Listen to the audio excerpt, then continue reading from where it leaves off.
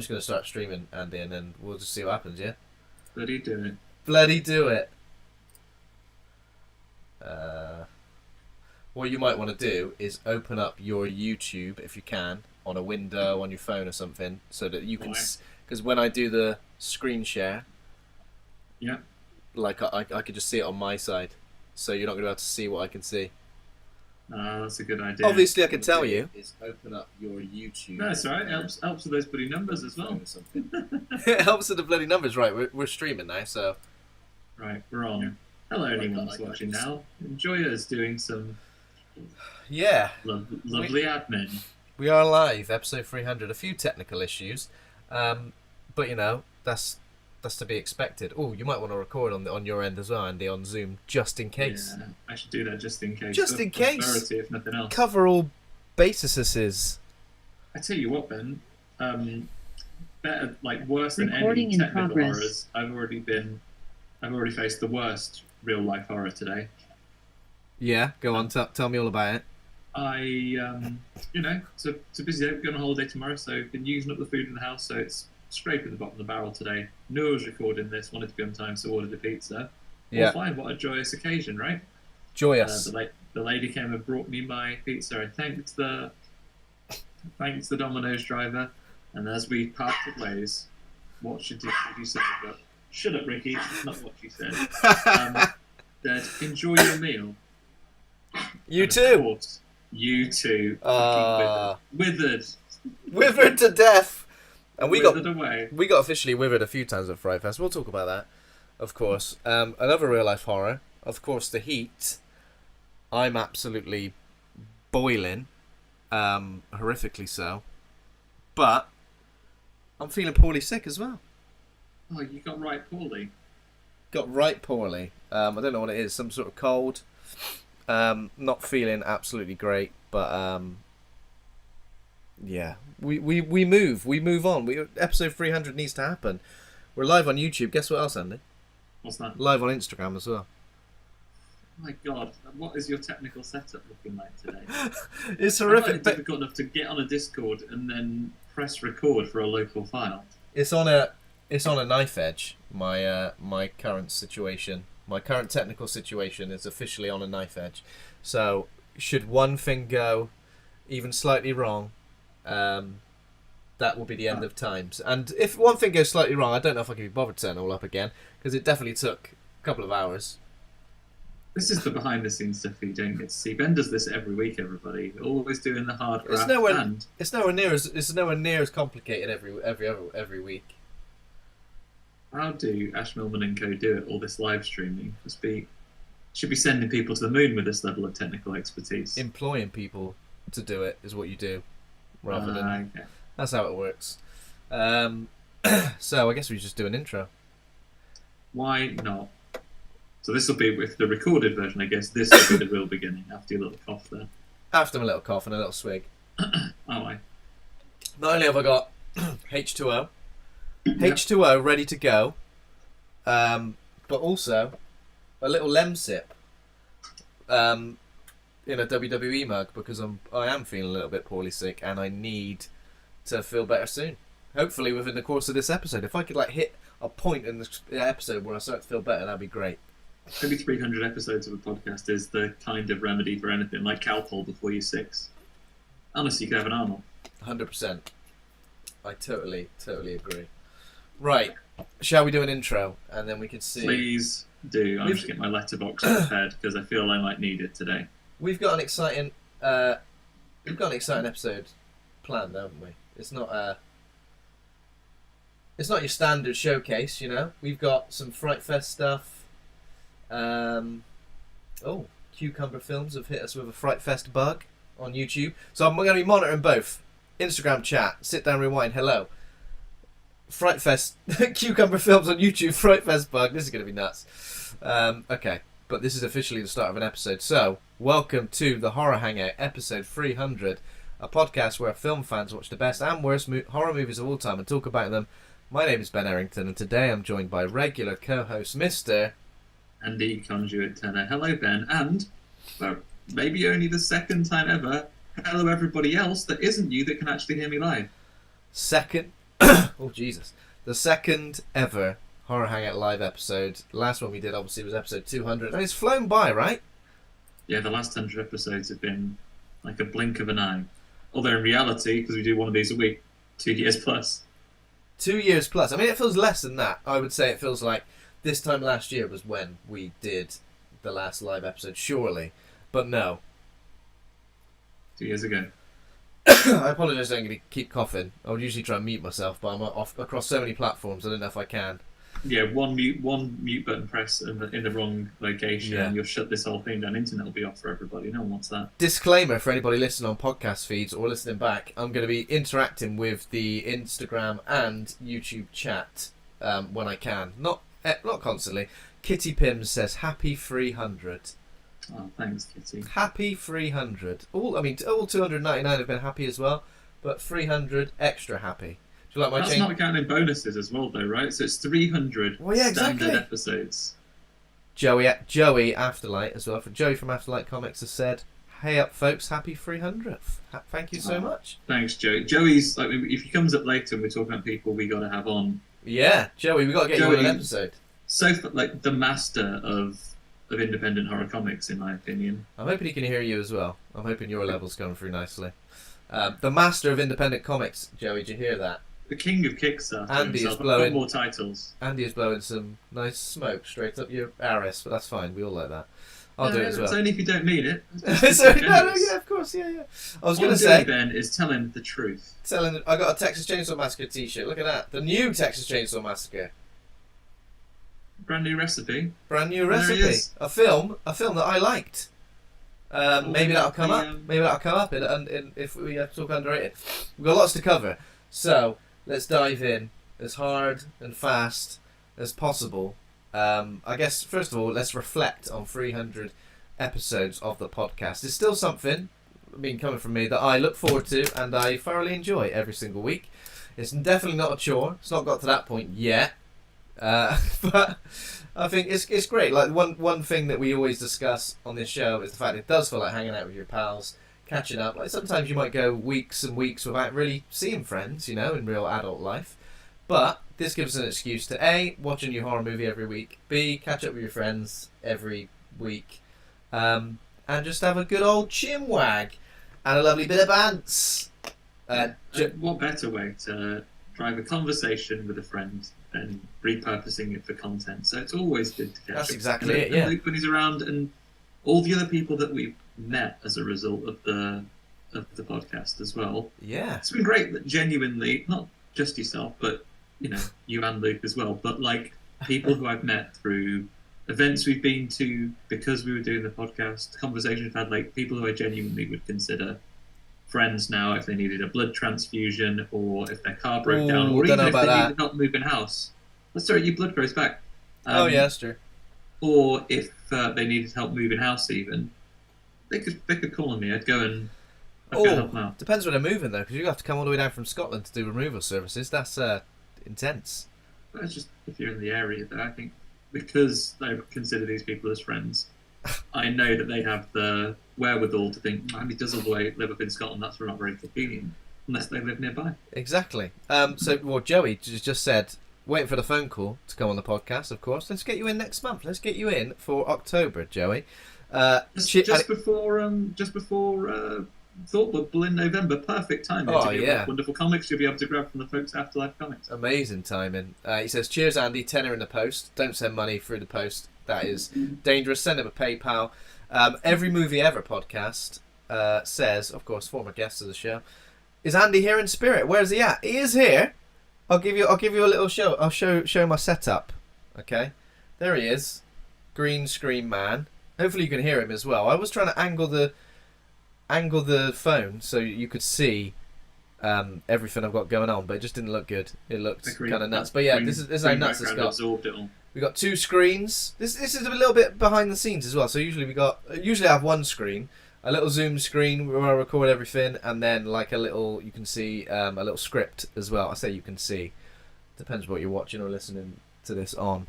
A little script up as well, just to keep us on track most times. There's that face. We'll have a little wave, Andy. Why not? Hi. Oh, you glitched out your hand. Glitched out into the background. But we'll use that to add to my mystique. Whoever knows? Maybe there will be a twist at the end that I was Ben's imagination all the time. Yeah, exactly. A 300 episode long narrative twist. Cucumber Films. I'm pretty sure that's Aaron Truss, right? He says we can't do episode 300 without mentioning Andy's one nipple issue. I've actually had a few messages about this, Andy, and I will just bring you in on this. I mean, I feel objectified already, so that's good.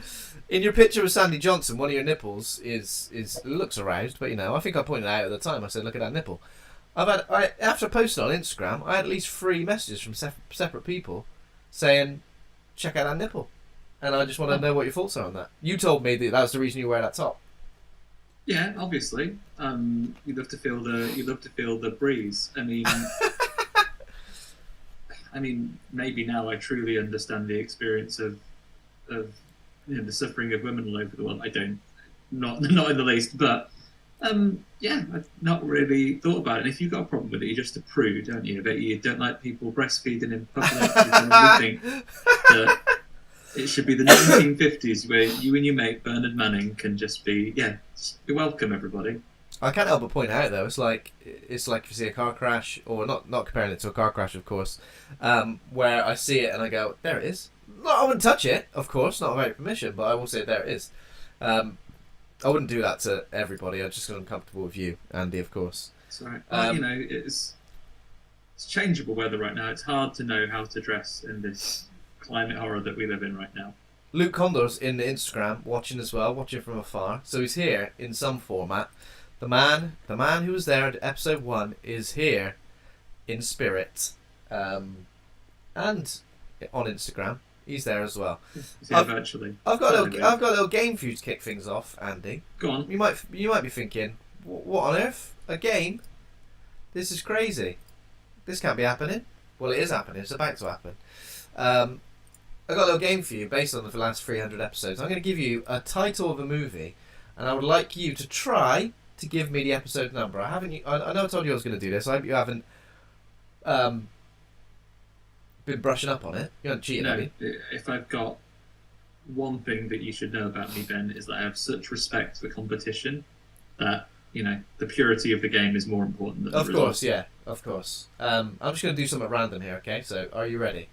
How close do I have to get credit for it?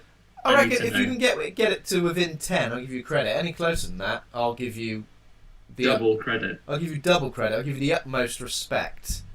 Hello, Emma. This is a good practice. Emma's watching as well on Instagram. As I always mention, then I think my biggest aspiration. I've never really been interested in any form of celebrity, but now I solely want to become a beloved household name, just so I could go on Richard Osman's House of Games. And so this would be excellent practice for that type of game. And he ripped off the name game, didn't he? The bastard. Okay, so you might be watching. Don't think that, Richard. Sorry, Richard. Joking. If anything, Ben won't sue if you let us on. If anything, condemn me. Don't condemn Andy. Yeah. He's the chaotic good in us all. I don't want any awkward banter when I eventually go on the show. Oh, Domnation45, hello on Instagram. Congrats on 300 episodes. I've been listening weekly since around episode 80. Wow, woo. That's impressive. That's 220 weekly episodes. That's impressive, and thank you so much for listening and for your support. We couldn't have got to 300. I know we go on a bit. What was that? So thanks for listening, Dom. I know we could go on a bit. But thanks for listening. Right. If you sometimes just want to skip out on an episode thinking this ain't for me, then we don't blame you. Okay, the first episode I'm going to give you, Andy, is Deep Blue Sea. Deepest, bluest. My head is like a shark's fin. LL Cool J and his parrot. Of course, an episode that you joined us on. I didn't want to do the first one you joined us on. What episode of the 300 is that? Oh, now, I think when we recorded Deep Blue Sea, I was on there with you. I think I lived in Bristol at the time, so that's going to be... I don't think you've got... In the thumbnail, I don't think you've got a beard. Oh, maybe that's even further ago then. Maybe I lived in... Maybe that's a pre-lockdown one. Maybe you've changed my mind. So, in that case, I'm going to go for episode 110. Oh, you've overhit it big time. Oh, have I gone past? Way past. Go on. Or do I get a second guess? You get a second. I'll give you a second guess. Okay, 125. Oh no, sorry, by over hit it. Further back. Oh, further back. Sorry, further back then. 80.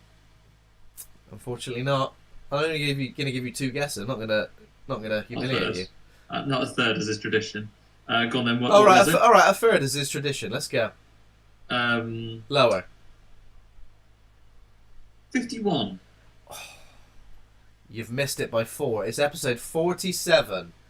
47. So before you'd even, because the original conceit of the show was that you and Luke were doing Empire Magazine's top 50 That's true. horror movies, right? So I'm assuming that even though it is a masterpiece, Ladies Love Cool James and Deepest Bluest Hat is Like a Shark's Fin C. Deepest bluest, my head is like a shark's fin. Apologise. That for wasn't Couldn't help within Empire's top 10 movies for it to be in that number, so that must have been Yeah. out of sequence. That was an out of sequence. I think something happened where we were talking about shark films, maybe Jaws, and then we were like, we should do Deep Blue Sea, and then Andy Conduit Turner appeared, and so then it is second movie. This could be an interesting one because, as you know, we didn't cover this film for a long time. However, Friday the 13th. What episode was that? Okay, now that I'm pretty sure was sort of late, sort of back end of 2020, I think. So I love your thought process behind it as well. yeah, I remember having to rent it from maybe the Microsoft store, watching it on my maybe I even debated paying the extra £1 and having it to keep forever on a digital format because my stuff was boxed up at the time. I remember sitting down there and watching it, ready to talk about. So I'm going to go with that one.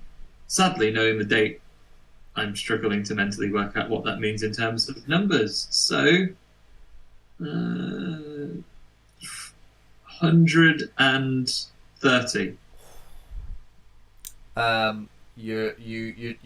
Sorry, you are lower than the So number. I'm lower, so it needs to go. It needs to go. The number needs to go up. Number needs to go. Yeah, I'm gonna blow my nose. Apologies. 155. Oh, hang on. I'll give you time to blow your nose. 155. You're incredibly close. You're incredibly close. I'll give you one more go. Higher or lower? You're too high. Oh, okay. 148. It's 149. That's close. I get credit for that. You get credit for that, definitely. Of course you do. Well done. Friday the 13th. It took us so long to get to Friday the 13th. Now, were all three of us on that one? Or was that one where one of the others was missing? I know I was there. Was Luke out? I think maybe I was missing for that, you know? Yeah, so I mean, we've never got your hot takes on original recipe, Pamela Voorhees and her excellent fashion sense. Never have. I mean, have you revisited it since? I don't think I have, not since then. But yeah, I'm a fan. Obviously, we've done part 2.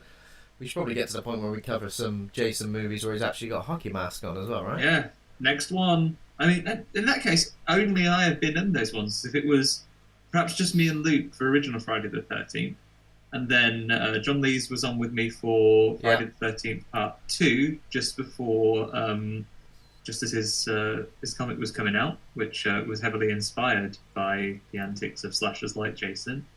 So maybe, Ben, it'll be your time. You'll come in, much like Jason's hockey mask, far later than people expected to when they look back on these things. Far later than people expected to. Okay, next one. So obviously, during our FrightFest episode, I watched the Wreck documentary, and I think we spoke about our episode covering Wreck. But what episode of Horror Hangout was that? I reckon that was when Johan was your first guest. So, well, looking back now, I don't think it was our first guest. Oh, was we it really? did have a guest on the Day of the Dead episode, or episode 7. Oh, okay. So someone after that then. So who was your guest for Day of the Dead? You can't not name them now. Unless they're cancelled. It wasn't Jimmy Savile, was it? It wasn't old Jim Savs. It wasn't Jay Savs' nickname. Don't want to give him a nickname. Oh, Jesus Christ. I don't want to play the Like episode. your mates. Like your mate. We're not Jimmy mates. Savile. Oh my God. This is horrible because you really put me on the spot, and I've clicked on it to try and find out who it is. It was a friend of Luke's, and I think this was before we used to put guest names in the title. Or description.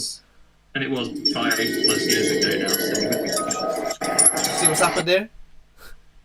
I can't do it.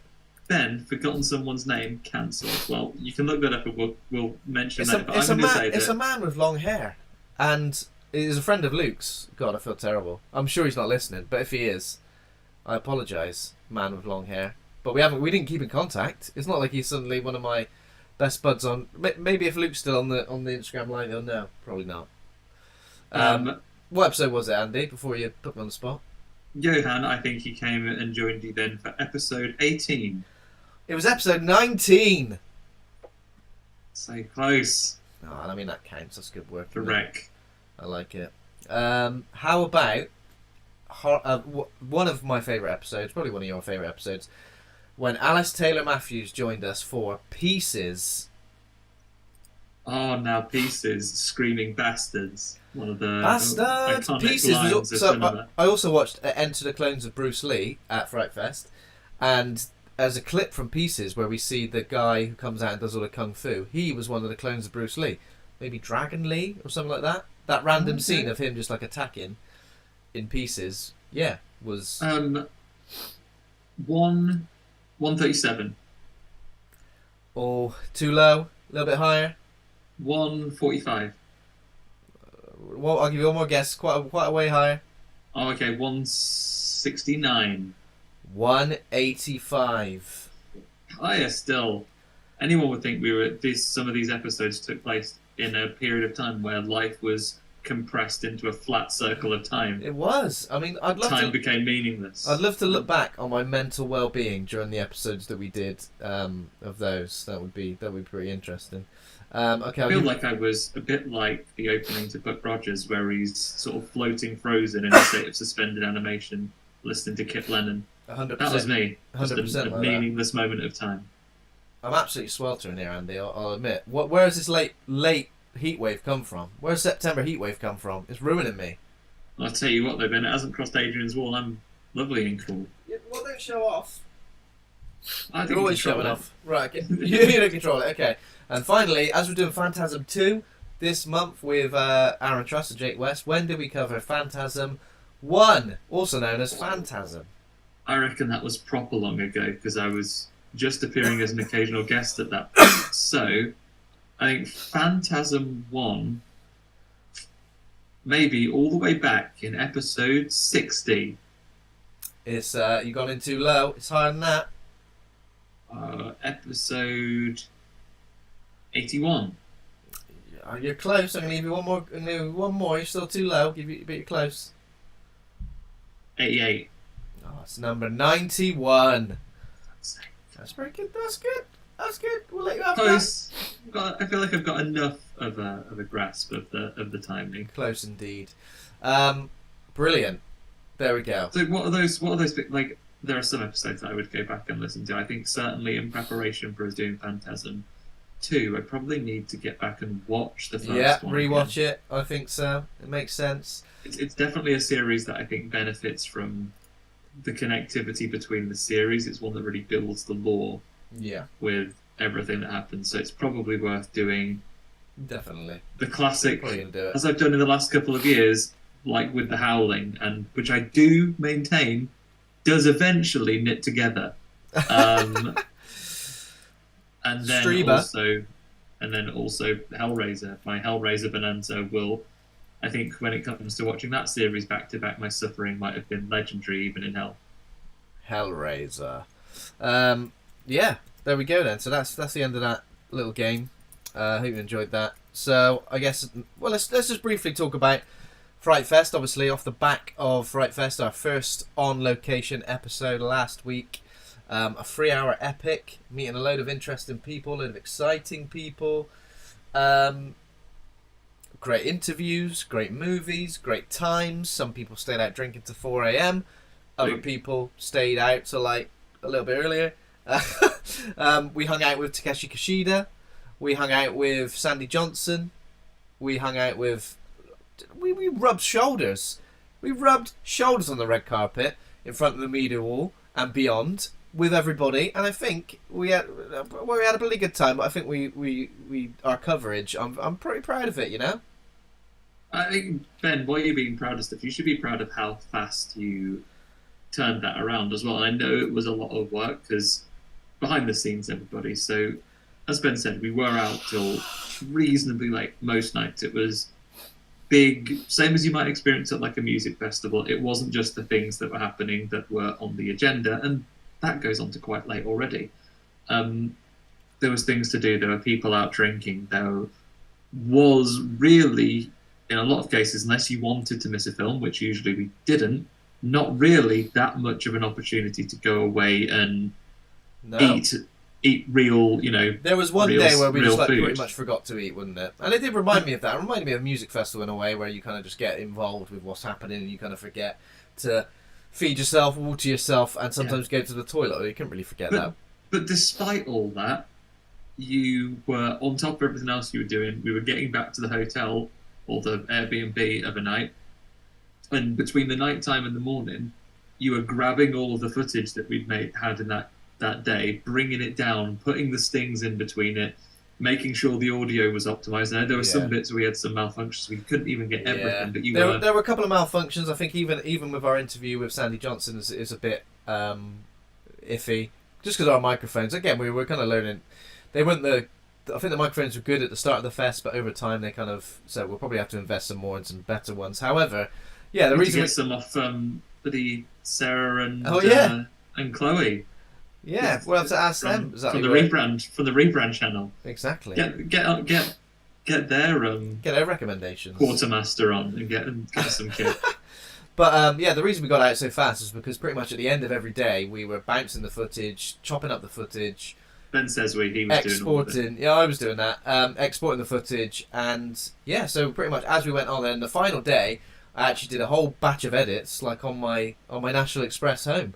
So. That's commitment for you. By the time the next day rolled around, because I knew if I just got home and started relaxing, I would have never got round to it. So I wanted to do it. You had a wedding to go to. On the exactly, I had a wedding to go to like the next day, so I had to get out there really.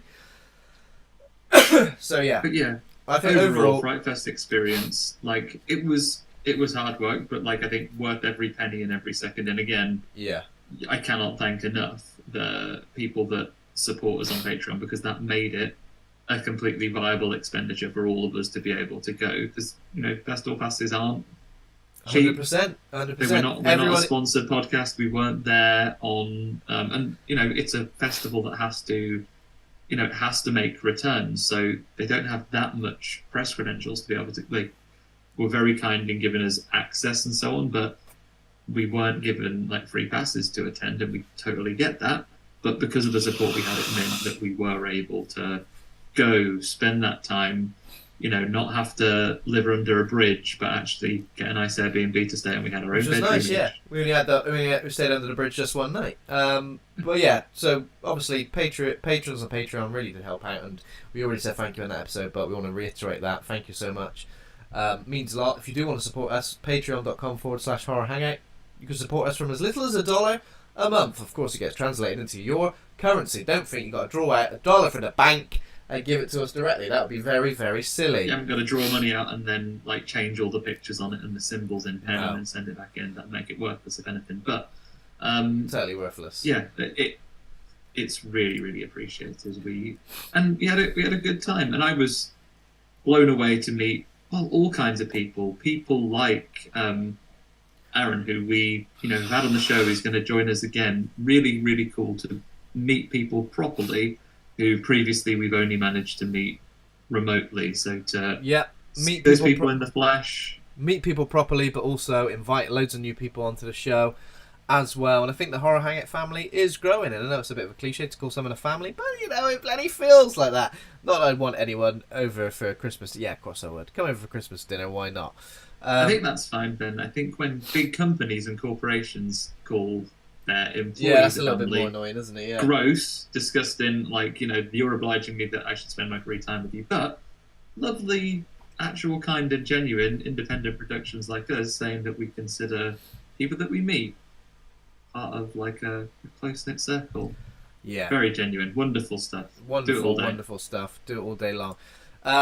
So yeah, thanks again. And if you haven't listened to our FrightFest episode, please go back and check it out. I think it's one of those that you could probably it's we've already mentioned it's probably best to watch on YouTube because you get to see all the interesting people that we met, and I think it's just a lot better like that, isn't it? But it's kind of made me hungry to do more sort of on site live stuff as well. I think we've got the capability to do that.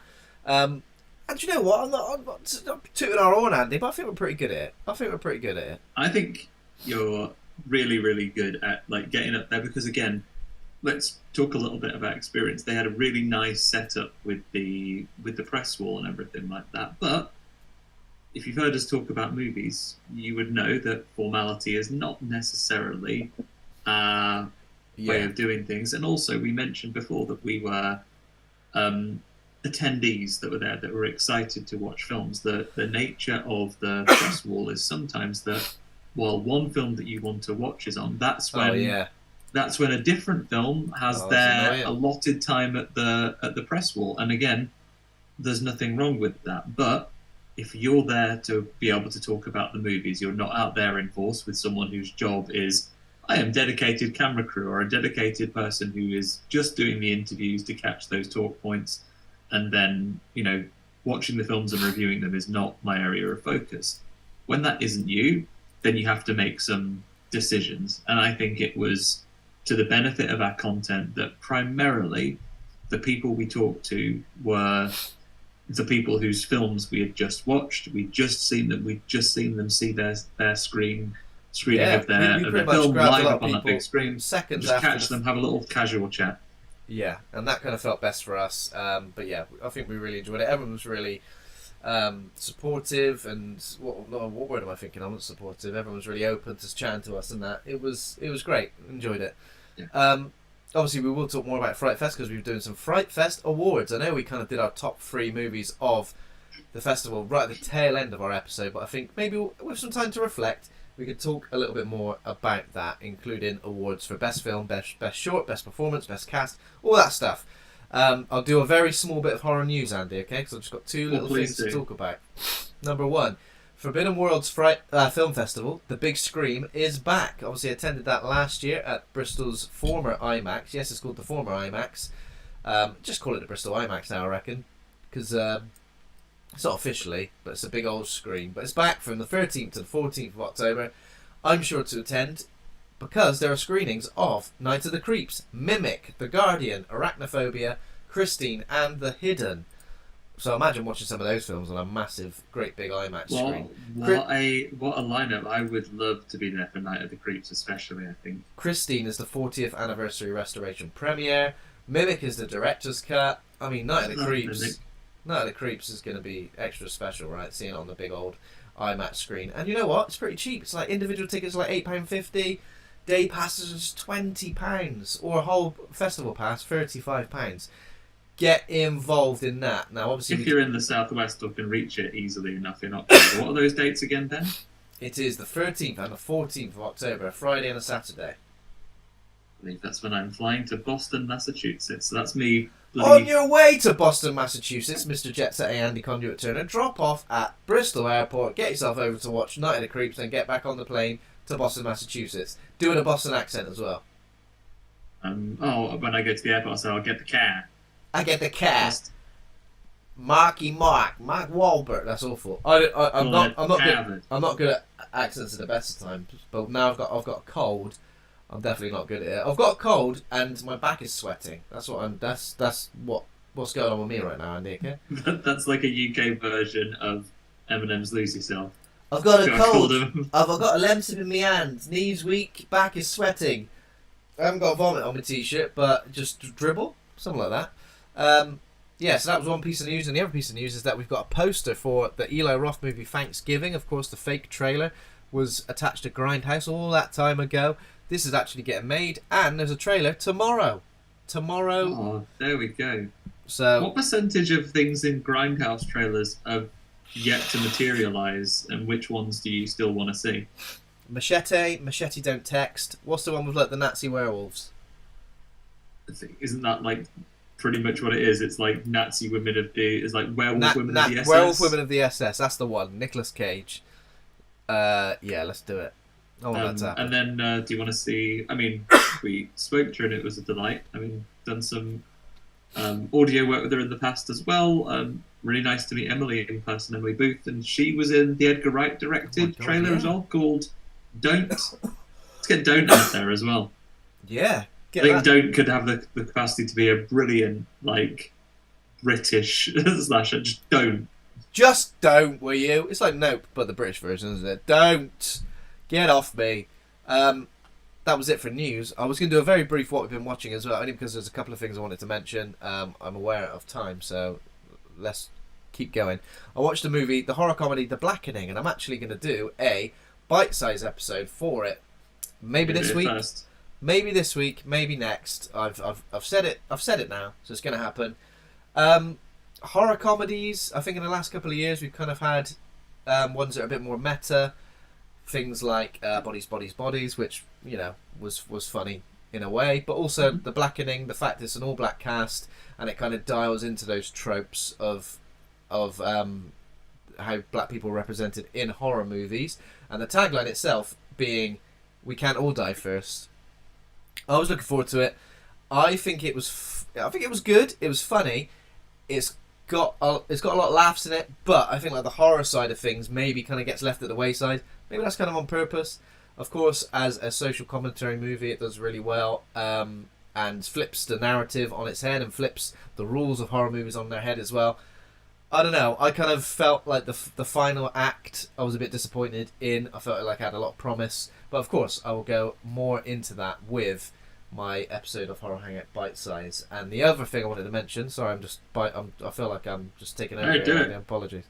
I also watched the last voyage of the Demeter. Yeah, I can join in, Ben, because after I understand from your mom that you got it pulled from UK cinema release. Yeah, I think my mum thought I got it pulled from UK cinema releases. She was like, "Hang on a minute, why is it not showing, Ben? You should know." Like, okay, I mean, I know I've got a weekly horror podcast. However, I don't know if they're not asking me for my opinion based on should this film be released, and it's a shame because I understand it bombed not just critically but at the box office as well, which is annoying. But I did watch it. So I watched it as well. You watched it as well. Mm-hmm. We've both seen it. Yeah, caught it on VOD this week after you got it cancelled. I thought I would catch it on VOD myself. There was an apology. apology. I was looking forward to this. Yeah, definitely. And, of course, I thought, considering it's been critically panned, I thought it was totally fine. Yeah, I thought it was, I'd go so far to say, I mean, don't get me wrong, I'm not going to be like, oh, tell you what, give me the most special edition of this you can because I'm going to watch it every week. I'm not going to go over the top here, but I really liked it. I think it was a good period piece, and for all those reviews that have said, "Oh, what's Dracula doing on a boat?" Then read a fucking book. Read a fucking book. It's in there. It's in there. Yeah, it was a good sort of people trapped with a scary things picking people off one by one. They're fighting back. I like that as a story, and the fact that this creature, obviously this bloody Dracula. The bloody Dracula was in like scary monster mode pretty much for the duration. He didn't go, "Hello, I'm a lovely, well-spoken human man, and now I'm a scary bat." He was a scary bat the whole time, and a lot of people said there's lots of CGI. There is lots of CGI. Some shots look better than others, but I thought creature design bloody horrible. Yeah, horrible creature design. I really liked some of the performances. Obviously, it is a sort of a missing or only alluded to chapter of a story which is, more than 100 years old, and we all know. So there has elements where there's like a brutal hopelessness to it when, the characters, you're assured of their fate fairly well from the very beginning. But Corey Hawkins as Clemens, I really liked. Yeah. Liam Cunningham, you'll recognise him as also a sailor from Game of Thrones. Really, really good. And a dog soldier. I really like, and apologies, I'm going to butcher his last name. David Dasmalchian He's popping up on everything these days. I know he's got a lot of horror fandom about him. I know he's a great proponent of horror movies and so on as well. I've certainly heard him talk a lot about them in certainly at least one of the In Search of Darkness documentaries.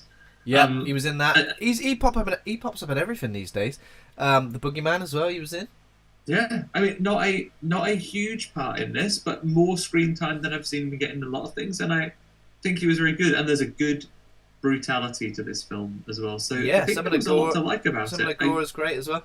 I mean, yeah, it didn't blow me away, didn't change my life, but I think for the duration of it, I enjoyed it. It feels a little bit of a victim of.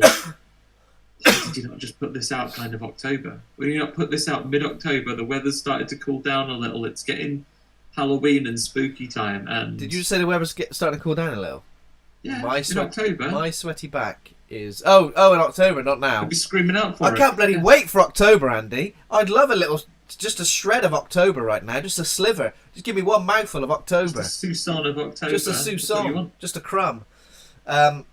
Yeah, okay. Yeah, I don't understand. You could have... For the way we see horror movies come, and do really well because it's the season where you want to go and see a scary film. Sure, there's all kinds of actual reasons for it, and, Hollywood knows best, I'm sure. But Hollywood knows best. And, maybe it's to do with the strikes and everything that's going on. Maybe they've dropped it because it just couldn't be promoted any further, and that's impacting these things. But it's a shame not to have seen this really get its moment as a film that was already made. And obviously, strike action is something that is incredibly important to support because, there's enough billionaires in the world, not enough people making good stuff. So... absolutely back any decisions that have maybe limited its ability to be promoted and so on. But it nevertheless is a shame that we haven't seen what I think is some competently made horror and a cool chapter from, a classic monster story not get a little bit more room to find an audience. Because I live in fear now that it is, on VOD where people like us might seek it out and your mom Ben, but otherwise is it one of those things that will eventually come to a subscription streaming service and then kind of just quietly exist there. So I think check it out. I definitely recommend it. The only other thing I've watched is I've been doing a little bit of FrightFest catch up, things I missed. One of them is the documentary I Am Monsters with Nicholas Vince, and I'll be interviewing him for the show tomorrow. So I don't know when that episode is going to be going live, but this is one thing I wanted to check out. Obviously, we met him at the event and we spoke to him and we said, yeah, we should get an interview. Let's do it. And we never saw him again. I know he was there. I've seen photos of him. Popular man, in demand. But he was all over the We were shop. passing like ships in the night. So yeah, we'll be doing that, and I'll talk more about that. I'm glad you managed to catch up on that. I still really want to catch up with it. I did one FrightFest catch up as well. You did? It's already available. Yeah. I watched The Dive, which we couldn't see on opening night because we were off enjoying Andy Edwards and company's Punch. Yeah. So yeah, I watched The Dive. It's reductive to say it's the opposite of The Fall because you're stuck underwater rather than up dead high. But a lot of desperate attempts for survival, almost exhausting the amount of peril. And this will sound like a hideous criticism, but it's not. Like I think it's to the effect of the movie. Your mileage will vary, but there is bits where okay, this has gone wrong, and then okay, here's a plan. That's also gone wrong, and then now this is okay, but now this is bad. And I was just like, just cut them a break. Let them get up. That's real life though, Andy, alright? How many times do we go, no, that's alright, I'll just do this instead. Oh, that's gone wrong as well, is it? Oh, that's it, where I'll just try this. Oh, that's broken, is it? Broken beyond repair. It's sometimes it's literally that. It's like, okay, so, the premise of the movie from the trailer, there's a pair of sisters who are on a dive. Their relationship is kind of strained, and that relationship thing, I'm not as nice as that sister, because the sister's quite mean in some positions. I'd be like, fine, fuck you then, drown. Why don't you just fucking drown? Yeah. You ungrateful person. Yes, so there's moments there where it's like, okay, so this cave-in has happened, there's been a rock slide, the rocks have fallen into the sea, and they've trapped one of the divers. And then, it's like, okay, go up to the car and go into the car and go and get this extra equipment. And then, of course, I think some rocks have fallen onto their equipment, so she can't get the keys to the car. So I've got to break into the car. but now I can't get into the boot where the extra stuff is, and it's like, oh no, Fuming. just please have some good luck, please. Oh, sounds stressful. Is it too stressful? It's a stress, not too stressful, just stressful, enough. And you can also, there's loads of bits where if you like to play a game with some of your films, a bit like that old Cheltenham and Gloucester advert where the little boy dived for pearls. Oh yeah, There classic. is, you can play a game where there's bits where one of the characters has to do some free diving or they're changing equipment underwater. If you want to play along at home, you can see if you could hold your breath. Hold your breath. Try it yourself. And if you pass out and die, the film, it's nothing to do with the film. Don't blame the film. Well, no, it's okay because you're not going to watch it underwater unless you're playing it on hard mode. So you'll just be there. And if you run out of air, you can just have some, can't you? That's true. You just have a bit if you want. That's Yeah. true. But then again, when you're not under pressure, I'll be having that air constantly. I'll be going, I'll get that air. You've really got to get yourself. I'm holding my breath with my mouth, but then I'm cheating by breathing through my nose a little bit. Do you ever do that? No, never. I told you, Ben, I respect the game too much. Okay, I believe you. When I was playing that game, when I was watching it the other day, struggling for my life. Jesus. I ain't Kate Winslet. I can't hold my breath for 7 minutes. Jesus. 7 bloody minutes. Is that it? Is that a solid gold bottle you're drinking from? I'm drinking from the FrightFest original Solid gold! I apologise to anybody watching this live or watching it back or listening to it back. I apologise for A, my sniffling, my coughing and spluttering, and just everything else in general. Before I started recording, I thought I could cope, but no, I am struggling. So let's. We'll power on, Ben. I watched 2 other things this week. We saw the opening film of FrightFest, Suitable Flesh, by director Joe Lynch. Yeah. We spoke about at the time his film Mayhem. Oh yeah. That's only on Shudder now. So I watched Joe Lynch's Mayhem, and wasn't it delightful? I really liked it. A really fun movie. So Stephen Yeun and Samara Weaving, amongst others. Yeah. What a duo. Really, really charming, entertaining. It's funny. It's like, the Belko Experiment isn't without, its I've seen moments that of one. dry humour, but this is like, taking the humour aside just one step further. It's very tongue in cheek, very, very quotable. Really good at it's a good horror hangout movie. Ben, you could sit and you could enjoy and watch that. And then I also watched, on Shudder right now, 2017's Ruin Me, in which it's like a real-life scare experience. You're recreating like a slasher. Ruin Me. Camp out. Yeah, Ruin Me. And then people begin to ask questions. Is this a real thing? Just a real slashing going on? It always bloody happens like that, doesn't it? Good? Yeah, it was all right. It was interesting. A little bit, I got twist and turn fatigue by the end. Yeah. But there's some good merits to it. So, that's it, isn't it, for what we've been watching? That's all we've been watching. All that's left then is for questions and the big FrightFest Awards. The big FrightFest Awards, which is Where are we going first? What we will do next. FrightFest Awards next, I think. What do you think? Yeah, go on. Yeah. Let's do it. Okay. Apologies if I have to get my letterboxed up because I don't want to misquote anyone's name. That's If what we're I'm probably giving the gonna do film as an well. award, we've got to make sure. Let's give our reasons for it. Obviously, let's be as I don't want to say quick as possible. That's not what I mean. Let's not dwell on it too much because we've covered a lot of FrightFest.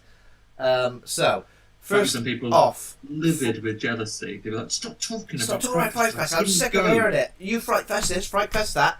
I've had a guts full." So for the FrightFest. For the FrightFest Awards, that's tough to say. For the FrightFest Awards, which may be the part of the show you were tuning in for, that you don't get an official award. Obviously, there's just kudos from us. We may... Ben could maybe you could mock up a JPEG. If you fancy a JPEG, I can mock up a JPEG. I can mock up a PNG, if you like. Anything you like along those lines, I can do that. However, I'm not going to send, physical trophies. not going to send you any champagne, a basket of bath oils or soaps or anything like that. That's not going to happen. It's purely based on sustainability issues. Purely Really based trying to on reduce that sustainability. consumption. So the first award, Andy, is Best Scare. Now, Ooh. I know it's tough to it is difficult to think about these, isn't it? But Best Scare. So basically everything I watched in the big main IMAX screen could constitute as having a best scare, because the sound in that place is absolutely an inch of your life. It's horrific. Like, it is horrific. Yeah, but in the best possible way. Did you hate it? Did it hurt you? in the best way. It's an overwhelming, like a sensorily overwhelming experience being in there, and it really does heighten all of the scares that the films are delivering. Yeah, 100%. And I think, like, anything that I could have just watched at home and been like, oh yeah, go on, we've seen it all before. But yeah, I would say pretty much everything. So in terms of best scare, do you have anything in mind for this? Oh, it's really hard, isn't it? It's really tough on the spot. What I should have done was do a little bit more preparation. What I know is that I know what I think. You can keep thinking. If you've got one, I've got a second to think. So, of course, I want to talk about Pareidolia. I want to talk about Aaron Truss's Pareidolia, the short film which took place at the Short Film Showcase number 3, which unfortunately we couldn't even attend, so we couldn't see this short film in the bloody big old super screen, which was super disappointing because I wanted to. All the cast and crew were there, and it felt like a huge event. In terms of the short films, it didn't feel like there was any of the other short films that had this many people attending as a big thing. Now, I'm not going to spoil this movie. Of course, I did an interview with Aaron Truss and Stuart Morris discussing the film before FrightFest, so you can talk about it then. But there is a moment in this film, right? And it is, of course, a very sort of quiet, supernatural, very, very slowly paced. I say slowly paced, of course it's a short, but it still feels like it takes its time getting around to the scares. And there is a moment, and I discussed this on the... there are some very iconic visuals as well, but there is a moment where I think I was a bit like, oh, ooh, didn't expect that, whoa, that because it was something that looked a certain way that A, I didn't expect it to, B, it felt very unique, and C, yeah, it just got me, because you're expecting to see one thing or another, and then when you see this visual thing, and I'm talking to Aaron about the effects that went into that as well, it was very interesting. So yeah, I'm going to give my best scare to the final... I'm pretty sure it's the final shot. One of the final shots of Pareidolia, because that was the one... I think seeing it on the super screen, it definitely would have got me. It would have got me even more. But even the fact that I got to watch it before the festival, it still affected me in a way. And I rewound it. I had the power to rewind and watch again. And you did. And I did. Really, really good choice. I'm going to make a point, Ben. I think, with the exception of if we just happen to have the same favourite absolute film, for moments like this, in the interest of not just saying yes what he said, pick a different thing to make sure for things like that. You say you're gonna pick a different one. I'm gonna pick a different thing. I'm gonna pick 2. You greedy so and so. No.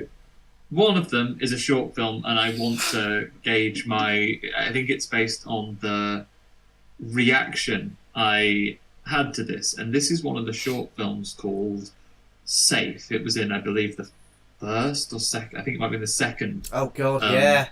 Showcase. Unfortunately, I couldn't find it on Letterboxd, so I don't have the actors or the director up in front of me. I'll have to try and find that shortly. Maybe while you're doing your next bit then. But there was a bit, both me and then Emma, who you saw in his interview, who was in the showcase, sat next to me on that one. Both of us like audibly like gasping, and I was like grabbing the back of my head out of stress watching this sport. And again, for a short film especially, that once you find where it's accessible, it's probably 10-15 minutes of your time, and it's a great juxtaposition in that movie between things that are quite funny. It's got some quite funny and relaxed dialogue, but then just this innocence that comes together, and the situation that comes in. So after, I would say, what the threat of the film has passed, and you're in a scene which is in the next morning in this house, and then the true horror of what's happening really clicks into place. And in one instance, it's a I'll be vague, I don't want to spoil anything. There is an animal that is in danger, and you're stressed about that. And then the filmmakers take it to a whole secondary level, another extreme. And it was probably, of all the films I watched, the most real life discomfort I felt. And it really hammered the message home of that film as well. I think it was a phenomenal piece of short cinema, and to be honest, the singular moment in a film that I was most genuinely panicked. Second, beyond that one, I'm going to go for Pandemonium, for filmmaker Quarks, and here, I think this is fairly well laid out. We see just the other way around, and it isn't something jumps out and scares you piece of horror. There are lots of phenomenal bits. So there wasn't a scary monster or a creeping creature. This was the horror of absolute bleakness and true hopelessness in this film. We know from the summary it's about someone entering the afterlife and then going into Pandemonium, the capital of hell itself. And when our lead character, who leads us through this anthology, this story, finds himself in this incredibly realised and upsetting and dismal hellscape. I think you mentioned, Ben, when we were talking about it, it's a lot like, what's the Giallo film that we watched with the painting? The Beyond. It's like the final sequence of that. It feels like this sort of like dusty, sort of like terracotta coloured wasteland.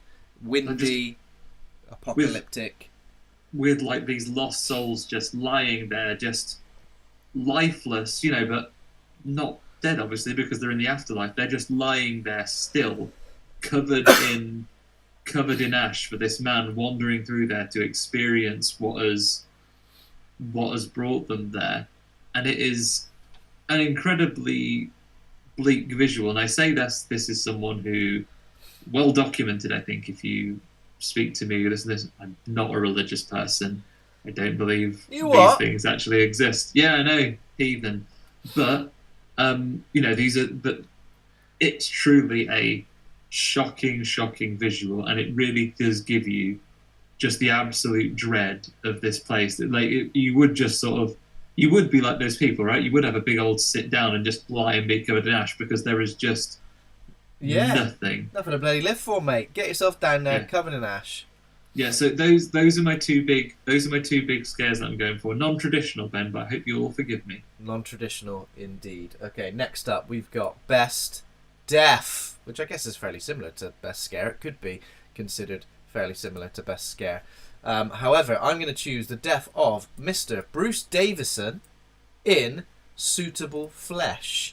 Now, whether or not this person is possessed by the spirit of who he's supposed to be in that moment, or somebody else entirely, I just thought everything about this death, the way it was committed, the fact that it went alongside like a bit of a reveal in the story, and then a house burning down, and then a decapitation as well. I just thought the visuals that were connected to this, and it happened after a sex scene as well, right?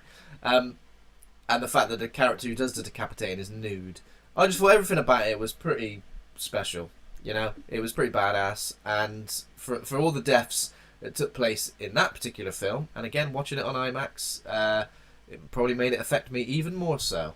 I think that is probably my best death of the weekend. I'm going to give it to that.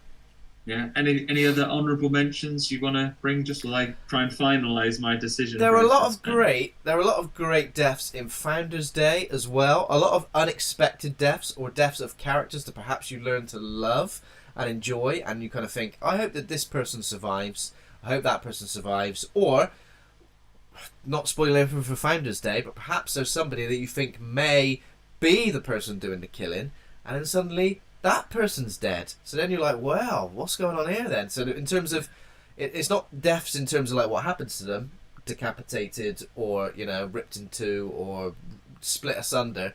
None of that stuff. It's how the deaths are sort of framed and the reveal of those deaths that I thought were impactful. Especially a particular character played by Catherine Curtin as well, who we grow to love, has probably the best lines in that movie. And again, don't want to spoil anything. Not going to spoil anything, but I think I just did, unfortunately. But unless you go look at the cast, you won't know what character she plays. But yeah, really effective and great. And you know, sometimes these deaths happened with a bit of a chuckle as well, which I appreciated. Very enjoyable.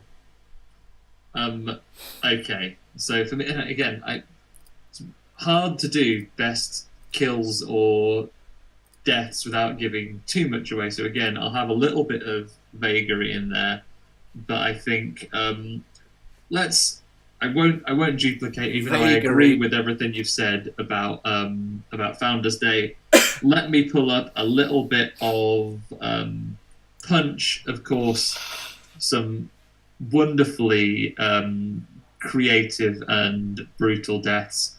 I would say I particularly enjoyed the oh my god, yeah, enjoyed that makes me sound like a right wrong. You did enjoy it, you horrible man. The bit where famous misogynist Mr. Punch encounters a couple of people on a hen do. That is very quintessentially not only a slasher kill, but I feel very specifically one that is perfectly attuned to a British seaside town slasher kill. Yeah, it was very attuned. I think Andy Edwards and team absolutely. I mean, they're directing the film. They put it together. They wrote the brief, and then after they'd written the brief, they nailed it. That is textbook. Very what they extreme, were looking for. Brutal, sexual connotations to it as well. And I think that was the moment when you realised, oh, hang on a minute, this Punch is a right nasty bastard. And then my other award for this one, and this one could have got a mention for best scares as well, because there are some intense scenes of horror here. But I'm going to talk to you a little bit about Black Mold. There is scares here that are kills combined with what's happening versus maybe what people are experiencing. And I think there's some phenomenal joint combination of the fear of the characters and the actions that are happening that really make for some effective kills. But then the absolute winners when it comes to kills, for my tastes, I cannot beat any of the kills that happened in How to Kill Monsters. Oh, I will maybe specifically call out to old maybe Nicholas Vince and his role in that one as well. Just a moment in time, seeing a horror icon as Nicholas Vince and his departure from that movie. I don't feel that to spoil. He plays a small role, but unexpected. I think you expected him to zig and it zagged. Yeah, I mean, and I loved all of the stuff in that one. Spoilers, when you're probably going to hear me mention this film again. Yeah, I'm sure we are. Okay, so maybe next, because Best Cast is next. I thought I'd list this as a slightly different one to Best Performance, because there are a lot of great ensemble casts in this festival. Obviously, I've already mentioned Founders Day. I think absolutely everybody involved in Founders Day was absolutely superb. No argument. And I feel all great. Yeah, and I feel exactly the same with Punch. I feel like in terms of two new slashers featuring two new slasher villains, they both did as well as either film could have done as an American film and then a British film. I felt like they just applied. They appealed to two different sides of me, and I think both of those did really well. But How to Kill Monsters probably needs to take the crown for me, only because not only is Lindsay Crane amazing in the lead, but I think absolutely everybody in the supporting cast is great. Everybody gets laughs. Everybody gets a moment of badassery when they're taking on some of the monsters. I don't think there's a single weak performance in How to Kill Monsters. No. So I think I'm going to give it to that. Obviously Raging Grace as well in terms of the cast, I think everybody was absolutely on top form without a shadow of a doubt. Yeah. But it's a completely different type of film, How to Kill Monsters, where everybody, and yeah, even in the sort of smaller roles and cameo roles, everybody had something to bring. And yeah, I really enjoyed. Everyone gets their moment in that film. Yeah, even like Huang Fen Fen, who is like the bride, like again on a hen do. She gets a bloody proper action set piece where she even like sort of like taps her nose like Bruce Lee. And obviously, as I'd already watched Enter the Clones of Bruce Lee, I was right up to speed on all the mannerisms of all of these clones. And seeing her bring it to this role as well at the same festival was awesome. I really enjoyed it. You could go down this list here. Lindsay Crane, you've mentioned, so funny. I love she has such range as well. I think she is brilliant. I love June Chiamatakorn as well, because her role, Ruth, seems to be like one note to start with. Oh, she's throwing up all the time, but it had such an arc. Really enjoyed it. Really good character. Brilliant. Arc. And you have to also mention probably the man we saw on screen more than anybody else. And then we saw him in real life as well. Johnny Vivesh. He plays a guy called Dara in this film. We also saw him in at least 2 short films. And then we saw him in 2 short films and this film and in person. And UK horror actor. And we did say to him as well, we've seen you so much at this festival. Now we're seeing you in real life. Probably should have got an interview of him, but you know, we were starstruck. Seeing Johnny, I think it happened a few times during the festival where I kind of walked past people in the foyer and be like, "Do I know you? Are you my new dad? Have I met you before? Have we met? Have I just seen you in a film?" Such a surreal thing. Like, it's not just me. My wife had this once. Karen once met Nell McAndrew at a Topshop and was like, "You right?" Did she? Was she in Lara Croft Tomb Raider gear by any chance? I wasn't. I don't know. I should ask her if she's wearing a teal vest top at the time. A teal vest top. Like, you do that. I think. Yeah. You do it just to make sure people recognise you, wouldn't you? Are you going for How to Kill Monsters as well? Yeah, How to Kill Monsters. Because I think, bearing in mind you mentioned the other one, let's take a pause and mention it. If we're between the two of us, we can have those double selections. So How to Kill Monsters for an amazing cast, and then Raging Grace as well, which again we might talk about in more detail, but particularly the young actor, so Jaden Page. I'm sure we're going to mention Jada. Jada perhaps for the next award. Yeah, she's like the whole cast is. Yeah, everyone's on point. Even characters you're not supposed to like or root for, they have a sort of duality to them, which is interesting because in so many films, you know, a lot of characters can be one note. Or they're a bad guy or a good guy. They got a heart of gold, or they stink. Not literally, but maybe literally. So yeah, we're going for that. Should we move on to the next one? Yes, please. Next one, excuse me. Next one is Best Performance, and of course, I think the performance that I walked away from, because it was when you go to a horror movie festival, you're unlikely to sort of experience a performance that sticks with you and also has got such is so heavy emotionally. But Jaden Page, Boadilla, I believe her surname is. Thank you. The fact that such a young actress who's had no experience of acting before, the fact that she seems like, you know, just a supporting role in this story, but the fact that she becomes so front and center, having such dynamism and just as I said, emotional weight to her performance as well. The fact that we got to speak to her on the episode as well afterwards was great. It's a performance that I feel like that could easily, if this film gets the right eyes on it, it could easily draw a super load of attention and get like awards. It could be an awards darling. And it should, because, you know, we think we touched on story at the time, but such a good message. This isn't to take away from Max Eigenmann, who played Grace's mother, Joy. She was fantastic in it as well, but yeah, like to hear from Jaden herself and hear that like she's not Leanne Best as well, like Leanne Best, a despicable character that you like really hate, and obviously hearing her speak afterwards, she's a Scouser, and she was coming across as like the most well-to-do stinking Tory, like ever. It was. And David Heyman as well. What a guy! He broke my heart. I was like, "Oh, this is." Oh no, it isn't. Oh my god! Because this, again, it does so well at showing you a character. You establish how you feel about that character immediately, and then as you find out more and more, for better or worse, it's insane. It's a really, really special film. I think you should see it. Horror, obviously, it's got horror elements. It's not an out and out horror. It's a very intense sort of drama, family drama as well. But yeah, check it out.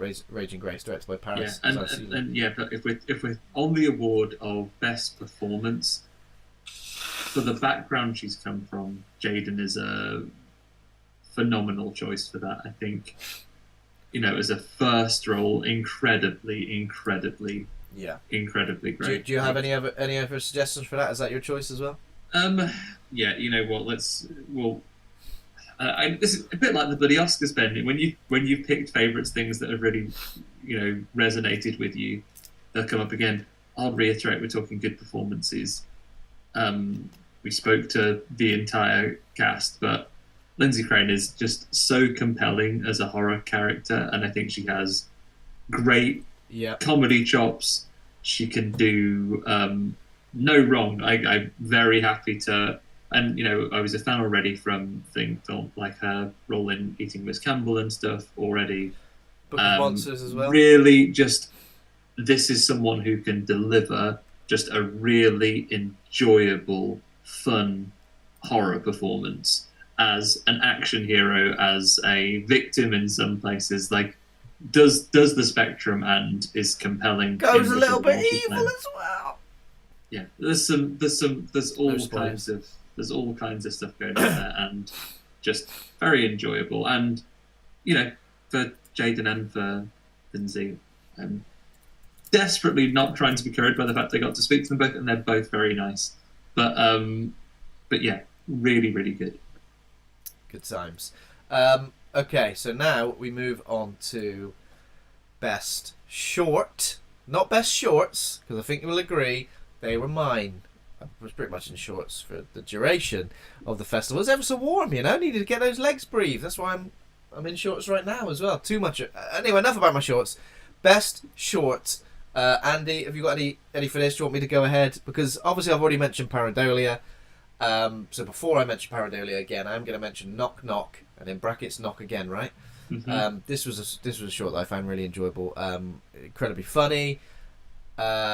Cutting, had a very distinct humour to it, and was a great concept. I loved it as a concept as well. I really did enjoy it. I also enjoyed Tiny Terror. I should have. The Tiny Terror is like a small thing or something like that. Again, this is one of those that I couldn't find listed on Letterboxd. Yes, the fly. The fly. Yeah, the one with the fly in the ear. Put a flea in your ear, fly in the ear, obviously genuinely terrifying, and I think ever since I've seen that, every time a fly goes near my ear, I start overthinking it. Took your ears up. That's exactly what's going to happen.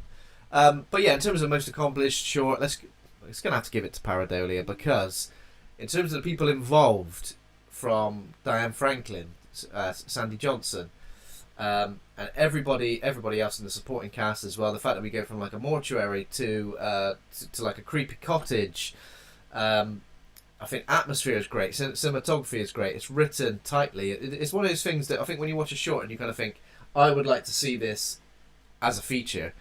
That is when you know it's a good short, isn't it? It's got legs. It's seriously got legs. And that final reveal as well, I think, was incredible.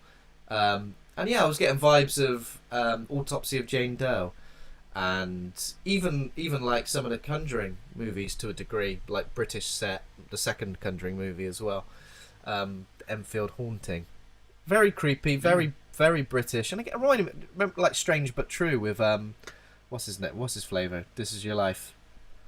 Michael Aspel. Strange But True with Michael Aspel, which is a staple of my of my like youth, where I used to watch it and be absolutely terrified and go to bed like thinking about all the things that looked creepy in the corner, the pile of clothes that is that a person? It's just a pile. It's just my bloody football kit for tomorrow. Effective. So yeah, Pareidolia, Aaron Truss, and everybody else involved. Well done. Yeah. Hard to argue against any of those. All ones I enjoyed as well. Pareidolia, Knock Knock in brackets, Knock Again. the Sonic Small one. I have one more that I would mention then, and that one was, I believe, the short which finished off our first short film showcase, which was a 2022 film called Kickstart My Heart. Were you in for that one? Did you see that one? Oh yeah, I saw Kickstart My Heart. Yeah, that was great. Action. Kickstart My Heart Action was insane. So good, so well choreographed. Some incredible fight scenes. And based on a real life event. Yeah, I think the fact that it was based on a real life event made it all the more powerful. And then thankfully, this is one I can speak about in detail because not spoiling the film. So we watched this incredible film about a young girl who is hit by a car as she begins her run, and then she finds herself waking up in this childhood bedroom and basically battling demonic creatures that look like people she knows to fight her way back, encouraged by the voice of her younger brother, fight her way back to life. And phenomenally choreographed fight scenes, some just fun slapstick, like over-the-top violence in places as well, and this incredible battle. And we watched this film and we enjoyed it, and we see this girl struggle to basically to stay alive, to be able to stay in her body. And then as we close, we see some footage of the young woman that it's actually based on. So some real life, some real life from a tasteful distance, video of an accident that she was really involved in, and then we're seeing her recover her mobility to get back to be able to try and have a normal, I think a terrible life-changing injury is difficult for anyone, but especially someone who was obviously an athlete and so much into physical activity beforehand. And then to see her go through that rehabilitation process just in that last couple of minutes and those few clips of the real person, it took what had been an excellent piece of entertainment and gave you a whole additional emotional spectrum to that, because like, holy shit, this is a thing that people have. And also some of the narrative elements appear to have been based on elements of your life as well. And like, I came away from that thinking, God, I'd love to hear more about that story. I'd love to read about more what happened. And so at the end, we get to see some clips and some. Yeah, it was great. Brilliant. Yeah, but genuinely on those short film showcases, didn't see a film I didn't enjoy. Yeah. Okay, so next up we have got Best Director. Okay, I don't know if you've got any thoughts on this, or I can jump straight in, Andy. Don't want to. I will give you two again. Again, if this, I've mentioned both the films, so I'll touch on them only very briefly. Quarks for Pandemonium, I think, did a phenomenal job at setting those scenes and making the most of those in like incredible visual work. I kind of want three again. Honourable mention, Black Mold was great. I love the fact that the director, whose name I will pull up here because I don't want to only partially credit him. His full name is John Pater or Pater. John was such a nice guy, and the very fact that he had spent so much time scouting these abandoned locations that would make really compelling locations for his film, and the personal element of the story as well, and his own coping with family matters and so on. Incredible story, and again, a bit like the end of Kickstart My Heart, knowing that the process that went into it made it all the more enjoyable for me. But then my big winner, because if it hasn't been spoiled already, I fucking loved this movie. How to Kill Monsters, and again, what a nice person, truly making something he was really interested in. So Stuart Spark, the director, they built a film, and of course the writing team as well, one of Tamworth's own, creating something that was their passion, the films that they wanted to make, and really embracing the practical effects, not pulling punches, not wanting to, just take perhaps the route one way of going with CGI. The fact that they even went out for work that used miniatures and so on, really a commitment to practical storytelling and tangible stuff for all of them. Such different reasons, and to be honest, I could mention another half dozen films that had some great direction that I loved. But gun to my head, gonna give it to Stuart because it's just a film that I just enjoyed so much. Yeah. Awesome. Okay, my best director is Takeshi Kushida for My Mother's Eyes. Now, of course, we spoke to Takeshi before the event. We spoke to him at the event. We spent some time with him. We hung out with him. We had some drinks. And it was great to sort of get to know him, and I think that helped me understand the vision of this movie a little bit more. And also the fact that I saw it twice. So I saw it before the event, and I saw it again with him in IMAX at the premiere at FrightFest. And understanding that, hearing so much about how the film came together, the process of the movie, it's kind of like a story of family, but also a story of technology and technology going too far. And obviously, horror, body horror as well. But the fact that we found out that Takeshi had put so much into the sound of this movie as well, he did all the sound, recorded all the sound himself separately, didn't record any sound when he made the movie. The fact that it was 8 days of a shoot for that. It's incredible. The fact that the main actors had never acted before, the main 2 roles at least. I think all of that, combined with Takeshi's vision, the visual style that he's got going on, the story, all of that, and finding out more about him, meeting him, chatting to him, he's so humble, such a lovely guy as well. I think for me, I can't think of anything else I'd want to give it to. Obviously, there are some amazing films on the show.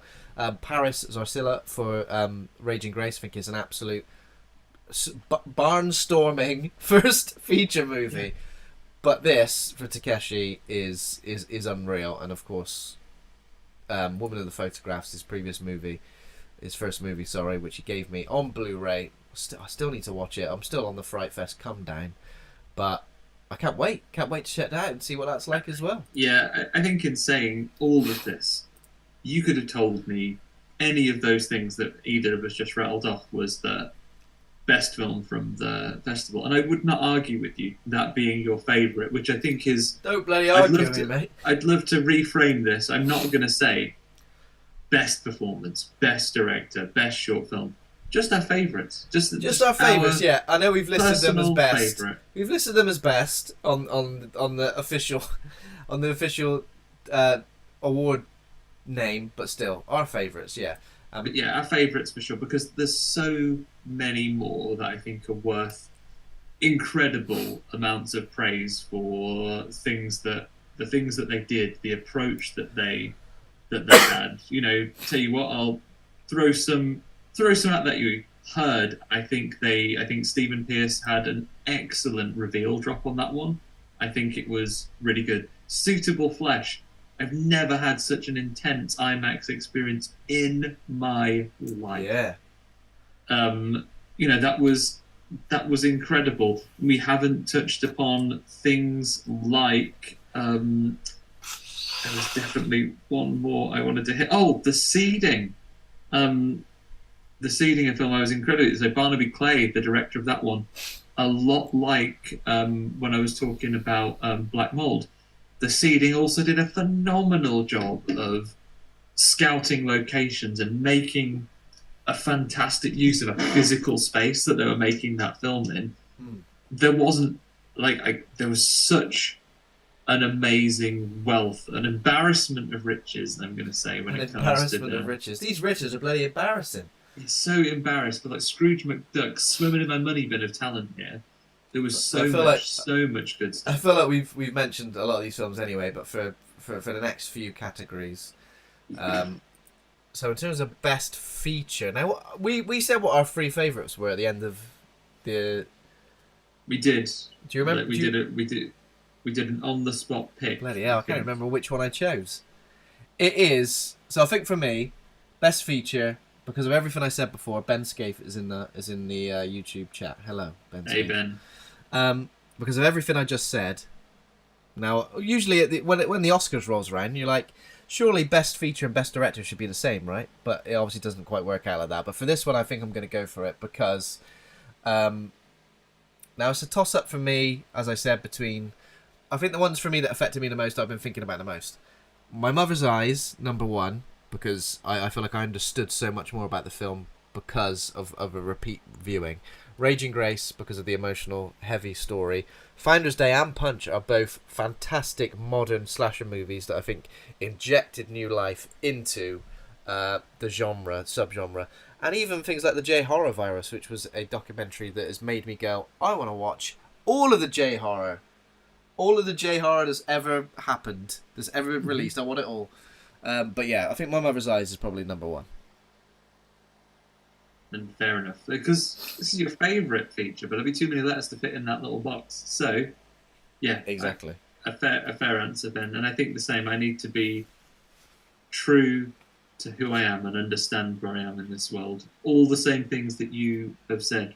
Mother's Eyes, phenomenal piece of cinema. Suitable Flesh, like just a roller coaster to experience. The seeding. Great settings. The Black Mold, like an emotional and like psychological journey. I have to accept who I am in this world, and for me, my favourite feature, the film that I have been smiling about ever since, and probably the film I will watch again in the earliest opportunity, will be How to Kill Monsters. So. Not saying it's the best. Not saying nothing else has wonderful merits. Because if you look on our letterbox, you look at the films I was talking about, I would absolutely tell you any of the films we've been talking about in this section, seek them out when they're available. Go watch them. A lot of them independent horror filmmakers. If they get a cinema release, get yourself out there. Go and see them live. A lot of them doing other festival circuits as well. So the world doesn't stop at London, as much as we keep reminding people about the UK. Whether you're UK, US, the rest of Europe, a lot of these films will be appearing at other festivals. Mm-hmm. Have a look if there's one near you. If you get the chance to go and see them, go see them, support them so they have a better chance at getting a cinematic or at least a really prominent streaming release. Go and tell the people that you like what they're doing, because there's so much talent here that could be making good stuff. But yeah, to summarise, I know who I am, and my favourite film I'm coming away from is probably How to Kill Monsters. Great choice. And the next category is Best Hangout Film, and I'm going to choose How to Kill Monsters for that one, because of course they sort of advertise, they kind of talk about it as being a great Saturday night movie, and yeah, it is that. And the fact that with all the laughs involved, I think the best possible hangout movie is to watch it with the cast there as well, because seeing their reactions and everything was great, and everybody laughing when certain people appeared on screen and certain things happened. I think that is probably the best hangout movie, I would say. Based on our rule then of mentioning something different, I'll give you another one. Okay. I tell you what, you've mentioned Founders Day, but we've talked about that. I think that's a fantastic, because slashers always are a great one. Yeah. And we've talked Punch already as well. So let me give you a different flavour. I think it was probably a wild time to run a horror hangout movie. And also, the season's coming. We got Halloween coming up, but quickly on its heels will come Christmas time as well. We spoke to Errol Hales, the director. We spoke with Emily Booth. We spoke with a number of other folks that were in the film. We spoke with Catherine briefly, I believe, on a dance floor in a pub at 3 a.m. We weren't mic'd up then. You weren't mic'd up? That's a shame. No, I wasn't mic'd up, sorry. That's a shame. Ever so sorry. But that also strikes me as a film, separate from all the ones we've already mentioned, that is an ideal hangout movie. And I also think as well, like, if you partake in, on Shudder, Joe Bob and the Last Drive-In there, he features in the movie anyway. That is the type of movie that I think was made for that type of show. For you to be watching and commenting along if you're virtual, or to be sitting with friends and watching. That is the intended audience. A little like Punch, like it as well, both of them. Looking at that Hastings UK set and what they can bring to turning that location into a horror centre of excellence for UK independent horror. Those are the films that I think. But I'll give Werewolf Santa a shout out there for a good hanging out movie. Brilliant. Sufyan Patel, hello. Says he's saying hello to us on Hello. on the YouTube. He also says, "What's your favourite horror film?" That's a big old question. That is maybe a question for another episode. Mine's probably The Thing. He bags the first one. Yeah, The Thing is really good. Yeah, We both love a Thing. All right. It's hard to top The Thing, but you know what? Then interest of something different. Evil Dead 2. Evil Dead 2. There we go. Favourite horror film of FrightFest though, Sufyan. I've gone for My Mother's Eyes, and he's gone for How to Kill Monsters. So check both of those out. Next up, honourable mention. I've got honourable mention and wild card as the next two. So let's go honourable mention. J Horror Virus. I know I already have mentioned it, so in a way I'm honourably mentioning it again. But great documentary. Obviously we've got Sarah and Jasper joining us on the show to discuss The Grudge very soon, later this month, which is awesome. But yeah, it made me go, I want to watch all of these movies. Made my watch list grow exponentially, and I think that's when you know you've watched a great documentary. And in terms of who they got to chat to as well, stars and of course filmmakers as well. I think it was great. So J Horror Virus for me. I've been sneaking in honourable mentions left, right, and centre. I didn't think I was indecisive then, but as one of the films I only mentioned very briefly, let me give an extra prop to the seeding. I thought it had an excellent story, and I think it's worth an honourable mention. It was it was something that I didn't know what I was expecting when I went in. In fact, like much to our shame, I was debating at this point, I haven't read much about the seeding. Do I go into this, or is this an opportunity for us to actually grab some lunch for a bit fresher for the next one? Never been so glad that I went in and caught something. You could have been having a seedless bread. A seedless bread on sandwich, but instead you went and got a seeding. Yeah.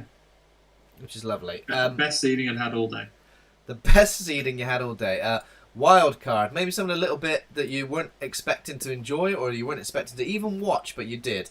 I'm going to give it to Mancunian Man, The Legendary Life of Cliff Twemlow, directed by Jake West, who's joining us on the show for Phantasm 2 very soon, because this is a documentary about a man I've never heard of, some sort of Mancunian film star in the 1980s making super, super low budget action, and there was a horror movie in there, and it was mad, like, including, like, again, incredibly British, and I think when we were at the screening, it was just great to see a load of old fellas who clearly this was like their life and love, and then it's on the bloody IMAX screen. Cliff Twemlow obviously passed away a while ago, but people who knew him and people who were in the films he was in as well, just seeing the story of his life, it just felt like a really personal story. And again, I wouldn't necessarily consider it a horror movie from Fright Fest, but I think if you like a documentary about a journeyman type, definitely check it out. Okay. What have you got for me, Andy?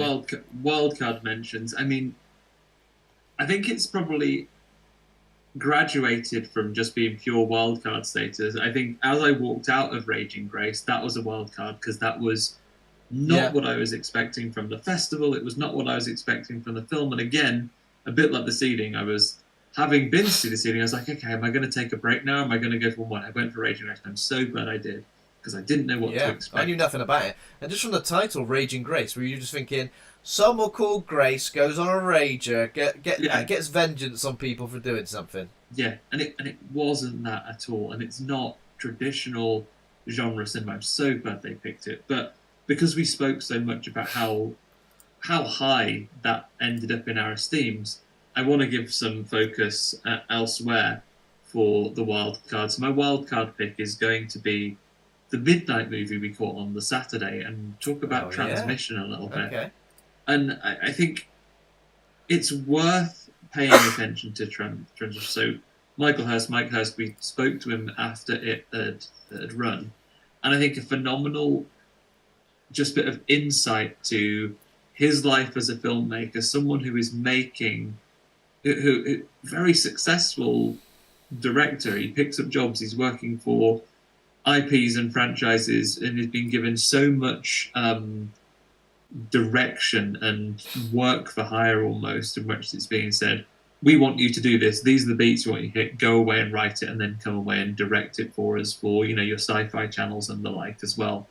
But to then see a filmmaker like that be able to take a step back and, you know, I think he mentioned in his interview with you, not only writing and directing that, but also financing it. So, you know, a filmmaker who has been working on behalf of other people, really looking to make something that he is interested in and is a passion project for him.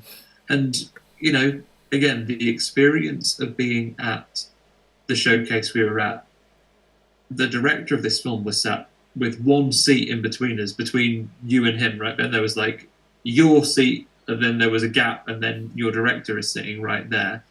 And I picked this up from a lot of people who we were sat near or within eye line of. The nerves that those people have of creating something they truly care about, and you can see the difference. I think Mike was quite open in the fact he has made things that, you know, are a product of what their budget and the level of focus from the production company is, and he doesn't need to worry about how they're perceived. But to see something that someone was truly passionate about, and, you know, I've been digging into some of the things that could be influenced that. I'm currently, my horror watch on the go is I'm watching TerrorVision right now, which has, you know, touchstones of what we see in Transmission. Really interesting project, and I think they pitched it just right as a midnight movie. I could imagine, you say midnight is 3 a.m. is the new midnight now, so Luke Condor could have got in from his 4 a.m. pub night and flicked on the TV and caught Transmission halfway through, and that would be an almost David Lynchian experience, him getting in and watching that movie. So as a wild card, I'll give a mention to a film we haven't spoken about in some of those others, and big up Transmission.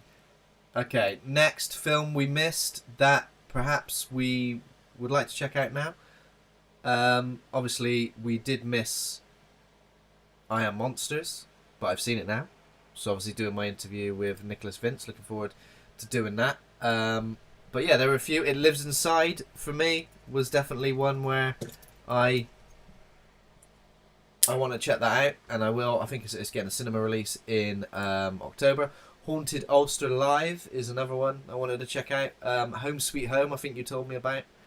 I didn't catch Home Sweet Home Where Evil Lives. I read about it, and I'm desperate to go and see it. That's on my list, along with Haunted Ulster Live. Hearing what John had to say about both T blockers and 8 Eyes was really impressive. I would love to try and catch The Black Mass, which again I've heard really, really good things about. So there's Black Mold for me as well. I didn't see that, but you did. And the Seeding. Hurry up and see Black Mold. Yeah, hurry up, will you?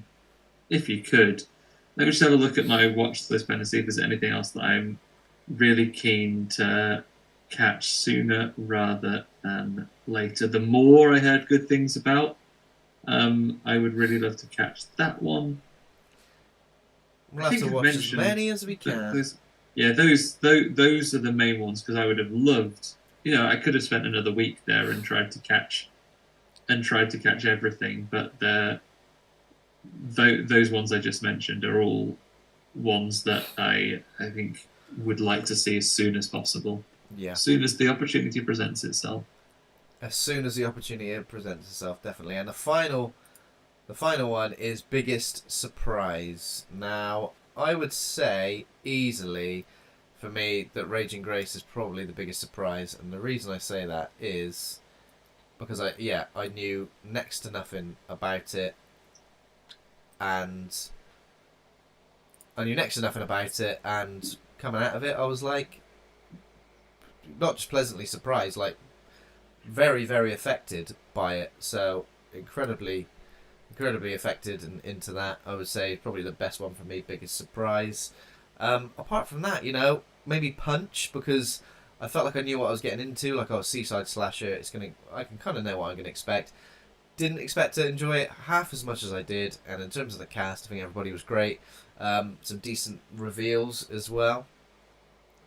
So yeah, biggest surprise for me. I'm gonna go. Oh, let's go for Punch then. Yeah, because I think in terms of a new slasher, it was up there.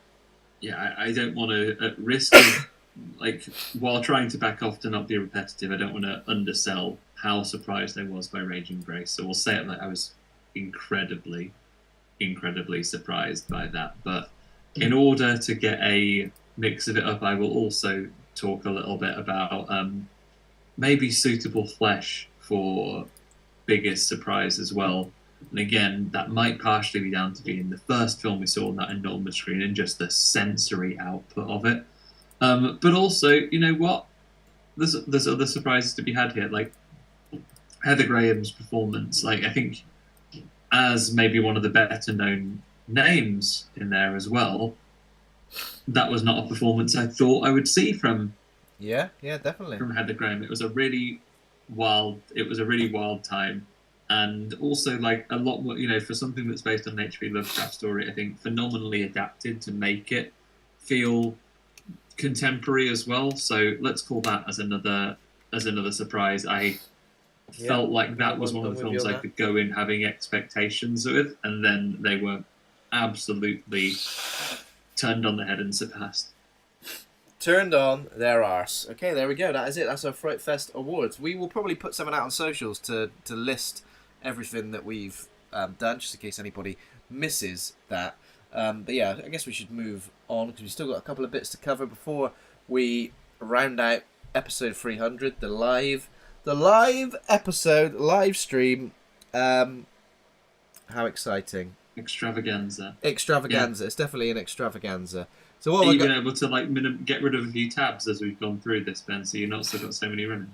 I've closed a few tabs, yeah, but it is pretty much escaping from tabs. It is pretty much bloody carnage right now in Tabland. Okay, next bit. I want to do a little preview of the Horror Hangout book. I know we've been talking about it forever, and even sometimes we have put little chapters on Patreon. We haven't done that in a while, but on Patreon. But it is coming.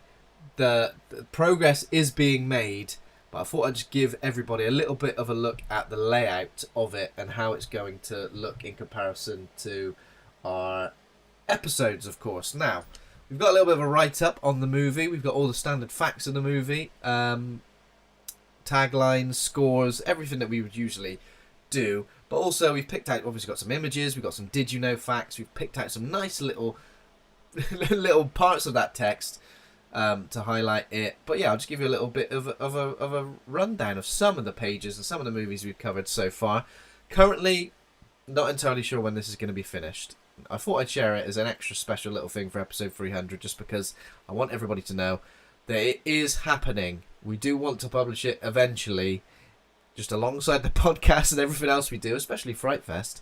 It has proven difficult to get it down, but we're slowly chipping away at it. Let's say it will be released. Much like the editing, Ben's doing the lion's share of this stuff. I pull my finger out, we could be doing quicker, but I should be more helpful. But you're working so hard on it. I'm absolutely happy to. So yeah, of course, we've got a Horror Hangout rating as well, which of course your Excel spreadsheet has gone towards, which is obviously very handy. So some of the films we're covering, I don't know if you can see this, Andy. Can you see this? I can see this. So you're looking at Poltergeist on the version I can see right now. I'm not sure how live that is, or I'm seeing it back through YouTube. I think you're a tiny little bit behind me. But yeah, so things like 13 Ghosts, including, we'll have some full pages with some of our favourite little in-jokes from the podcast. Of course, it won't just be for people who listen to the show, hopefully for people to discover the show as well. Matthew Lillard, Can't Stop Jizzing in 13 Ghosts. Is our rating, you can argue with us on our rating as well, is our rating correct or not? We're going to try and make the most of some of our extra content as well, like quizzes and stuff like that. We want to add some sort of element of that's unique to how we go with the podcast. Unique to how we go with the podcast, and we want people to participate as well in the book. Ben, if you can get this into your format, sorry, live workshopping all of your hard work, but what I would love is, you know, people can add their own rating to the movie. I would love a box on this, so people could be encouraged to write in pen in their Get their in, book. Sharpie. Your rating. What I would really love is for one day, like an unblemished copy of the Horror Hangout book to be worth loads of money, because all the copies that people can pick up in charity shops and on eBay have all been written in. They've all been and then scribbled in. There'll be someone with a treasured copy that they've never touched. A treasured copy that they've never ever touched. Exactly. So yeah, maybe things like I'm all for putting in quiz pages that you can write your answers in. Add your own ratings. Maybe things like add to watch list. Of course, you'll have to go and add it to something official like Letterboxd, but nothing. But if you want to just put a little cross in it, treat it like the Argos catalogue. Why don't you? Yes. Circle it and then lead it out for your partner or parents to say, "Can I have this film, please? Can I have this film, please? I really want to watch this film." The Wicker Man, Shagging the Landlord's Daughter, a song about shagging the landlord's daughter. Do you want to know what we thought about that? Of course you do. Read about it in the book. But yeah, did you know... Would have saved his life, Edward Woodward, if he'd just shagged the landlord's daughter. Outsider enters a tightly knit, mysterious village community. And interesting enough, everyone's wearing tightly knit jumpers as well. So that's how tightly knit communities got their names. Exactly. That's exactly how it happened. Okay, things like Let the Right One In as well we'll be covering. Obviously, that was a long time ago. I think that was one of the A+ movies that we did as well, wasn't it? It's before my time, even Ben. Exactly. So yeah, just a little bit of we'll be covering the best. We'll be covering the worst. Resident Evil, that's one of them. I had a lot to say about Resident Evil. I'll probably write a whole book on Resident Evil. I won't, of course. Nobody wants that. But yeah, the best and the worst. Things like Audition. An absolute classic. We've got lots to say about that. Kiri Kiri Kiri. Life-size Sabutio Man. Which is one of the quotes. I mean, obviously, our humour will remain throughout the book. Some of the things that we've said in episode that maybe... they shouldn't just be in episode. They should be in writing forever for us to remember. Committed forever for you committed to remember page. Fondly or get withered by in the future. Yeah. So we're hoping to make this like a fairly big, maybe like a square format book with lots of visuals, some full-page images, lots of input from all three of us, and yeah, some quizzes, some extra bits of things that you can participate in as well. But also, if you don't want to participate, you can just read and chortle along. Put it safe. Maybe you will have the treasured copy that has not been penned in. Exactly. Ask yourself questions like, is Leatherface a qualified butcher? It could be. He might be. Probably not. What was the licensing of butchers like in the 1960s? I don't reckon it was anything. Maybe we'll have to look that in. Did you know? Actually, anyone could be a butcher in 1960s Texas. Even there's an old bloody chapter in there about Session 9. We've not even covered that on the show. We maybe should for a completionist. Yeah, I feel like that has to be. Maybe you could do Session 9 on the week that the book is released. So yeah, that's a good idea. I think it's because I watched it and I was like, yeah, I'm going to write about this without really knowing why. What else? Carrie. That's a great film. Pet Sematary.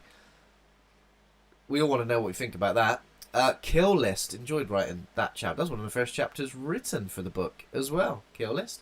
Here's some good stuff. Alone in the Dark. The Uwe Boll movie. That's how you say his name, isn't it? Uwe Boll, yeah. How'd you feel? I'm gonna ruin a pun. Ruin one of the puns I got. In 2006, Yui challenged a series of film critics to boxing matches and beat the crap out of them. Raging Ball. Very good pun work. You but like also, didn't we just learn? I think we were talking to someone about it at FrightFest. That obviously Uwe Boll, as a film director, challenging those critics to boxing matches. I didn't know this. That he's also, a keen boxer. So it's not just It's not a laugh. I'm a real good. It's like going. I'm a dead good fighter. I'm shit hot at chess. I challenge you. Let's put it all to one side and go head to head at a chess match to work out who's the best. It's like, maybe you're real good at chess. Yeah, this is like my own tactic when I'm at a bowling alley and I'm absolutely eating shit at bowling and I'm like, oh, do you want to go on you want to go on the Daytona USA? I'm not bad at that. I'm not bad at that. Try and redeem myself with a bit of get a bit of self-esteem back by beating them. I think I know I'm decent. Yeah, that's right. So here we describe Alone in the Dark as an incoherent, gaping asshole of a movie. I mean, he's coming for you. You'll be enemies with him, like Raging the director of. Oh no, we've made up now. Doom movie. We've made up. Have you made up? Yeah, in my head at least. He might still be bearing that. He might be getting ready to box you at any time. The Blair Witch Project. The Devil Rides Out. With a toddler-sized goat man. I think we're about like 100 pages in. It would be nice to get a good couple 300 pages. Fuck's sake! Why have you done this? Just say numbers. 500. $500 million. So a toddler-sized goat man. Seeing it like this though is the kind of thing where I think, dedicate some more time to this. It'd be nice to make it an actual thing.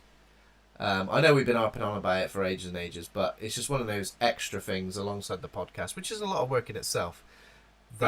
You've got jobs to do as well. I've got to pay the mortgage. Well, you might. If you become Patreon millionaires, so this can be your full-time job, then you can make books all day long. But otherwise, well, that's the thing. Now FrightFest, you've got to fit it in. Now FrightFest is out the way. Perhaps Patreon is going to go towards some of the book production. Whether that's printing the book once it's finished or anything like that. That'll go towards that. Jermaine, inexplicably sexy in What We Do in the Shadows. I realise that there's an audio version of this podcast as well. I'll probably say what's happening. Halloween, a whole chapter about Haddonfield's own serial stabber. That's in there. The Blob. Mike Myers. Do we cover where he learns to drive? Mike Myers. He learned how to drive and he loves dressing up. Learned how to drive while in a mental asylum. Dressed as a ghost. Also, this next chapter about the Blob, we do remakes as well. The titular beast is the same colour as what, Andy? Me, Andy. It's not. I mean, I guess I am pink, but not like. Was it the same colour as the Blob? Gak. The same colour as soothing child medication. Oh, lovely Calpol. Yes. It is. It's like you've been Calpoled off. Like you've been Calpoled off. Oh, what a delicious way to go. Imagine actually being killed by Calpol. It'd be horrible, opposite wouldn't it? Of its intention. We've got the fog. We're talking about the fog. You get where people get well and truly fogged. Candyman. Yeah, don't say his name in the same. Don't say his name. Forever Candyman. One takeaway from Candyman is the bees. I'm forever scarred by Macaulay Culkin dying from a bee sting in My Girl. Yeah. Candyman. I'm more scarred by that than Candyman. Candyman, not named after the famous Marvel superhero who was bitten by a radioactive candy. That's awful. Reading back some of these, I'm going, oh bloody hell. You sit there going, have we got funnier? I don't know. Have they got funnier? Yes. The answer is yes. The Relic. Now, if we're going to talk about underrated movies, The Relic is one of them. Although I feel like going through this book as you are, we're kind of given me a moment to revisit my thoughts on the film and the episode. I know my take on The Relic was come for the late 90s creature feature, stay for the surprising amount of information on Chicago's history and infrastructure. And I love a museum-based movie. What else? Okay, so Ringu as well. Ringu, the DVD wouldn't do something as bad as that videotape. Maybe I'm giving it too much kudos.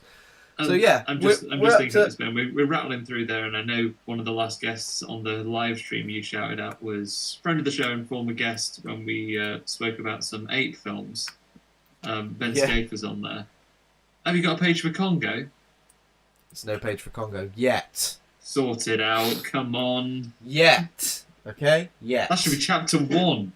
Chapter 1. Otherwise, if people are in their Waterstones flicking through. Yeah.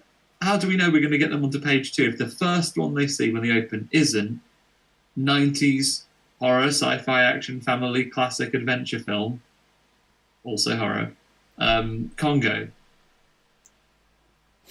Yeah. Well, we'll review that off episode, Andy. You know how I feel. And we can start it a bit like we're going to do the Umbongo episode, way down deep in the middle of the Congo, but instead of talking about the fruits that go into the now defunct fruit squash drink, we could just talk a bit about the plot. Yeah, exactly. Okay, and the last chapter I've got here is Ringu, so sopping wet and all wrinkly like she'd been in the bath for way too long. The 2001 UK DVD release in the back cover carries a disclaimer stating that the distributor accepts no responsibility for any injuries or fatalities that may occur, I can't say that, or during or after the viewing of this video cassette. It was a DVD, wasn't it? Way to wash your hands of that, isn't it? Yeah. What's that? You wake up all ringued, videotaped. I mean, has Sadako been slightly nerfed with that no one's got a landline anymore? She can't ring you, can she, to say she can't ring you, 7 days? And if you haven't been properly notified, I think you have, that contract hasn't really been fulfilled. If she turns up 7 days and hasn't called ahead... Exactly.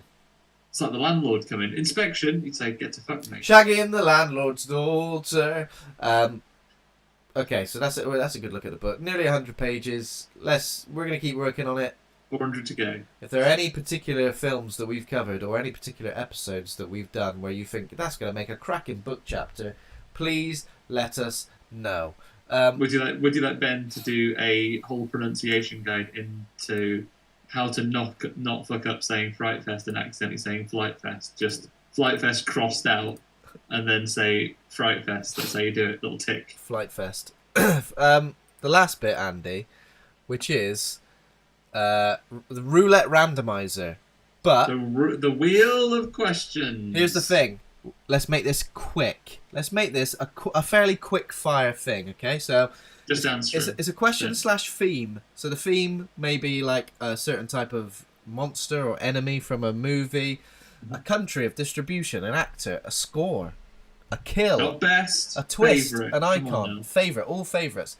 So we're going to spin the wheel and hopefully get an interesting little... but you're not going to see it, so I'm going to have to tell you. You are going to see it. Yeah, you're going to have to tell me because it'll be a few seconds behind when I see it. But I will ask you first. Okay? Okay. So, are you ready?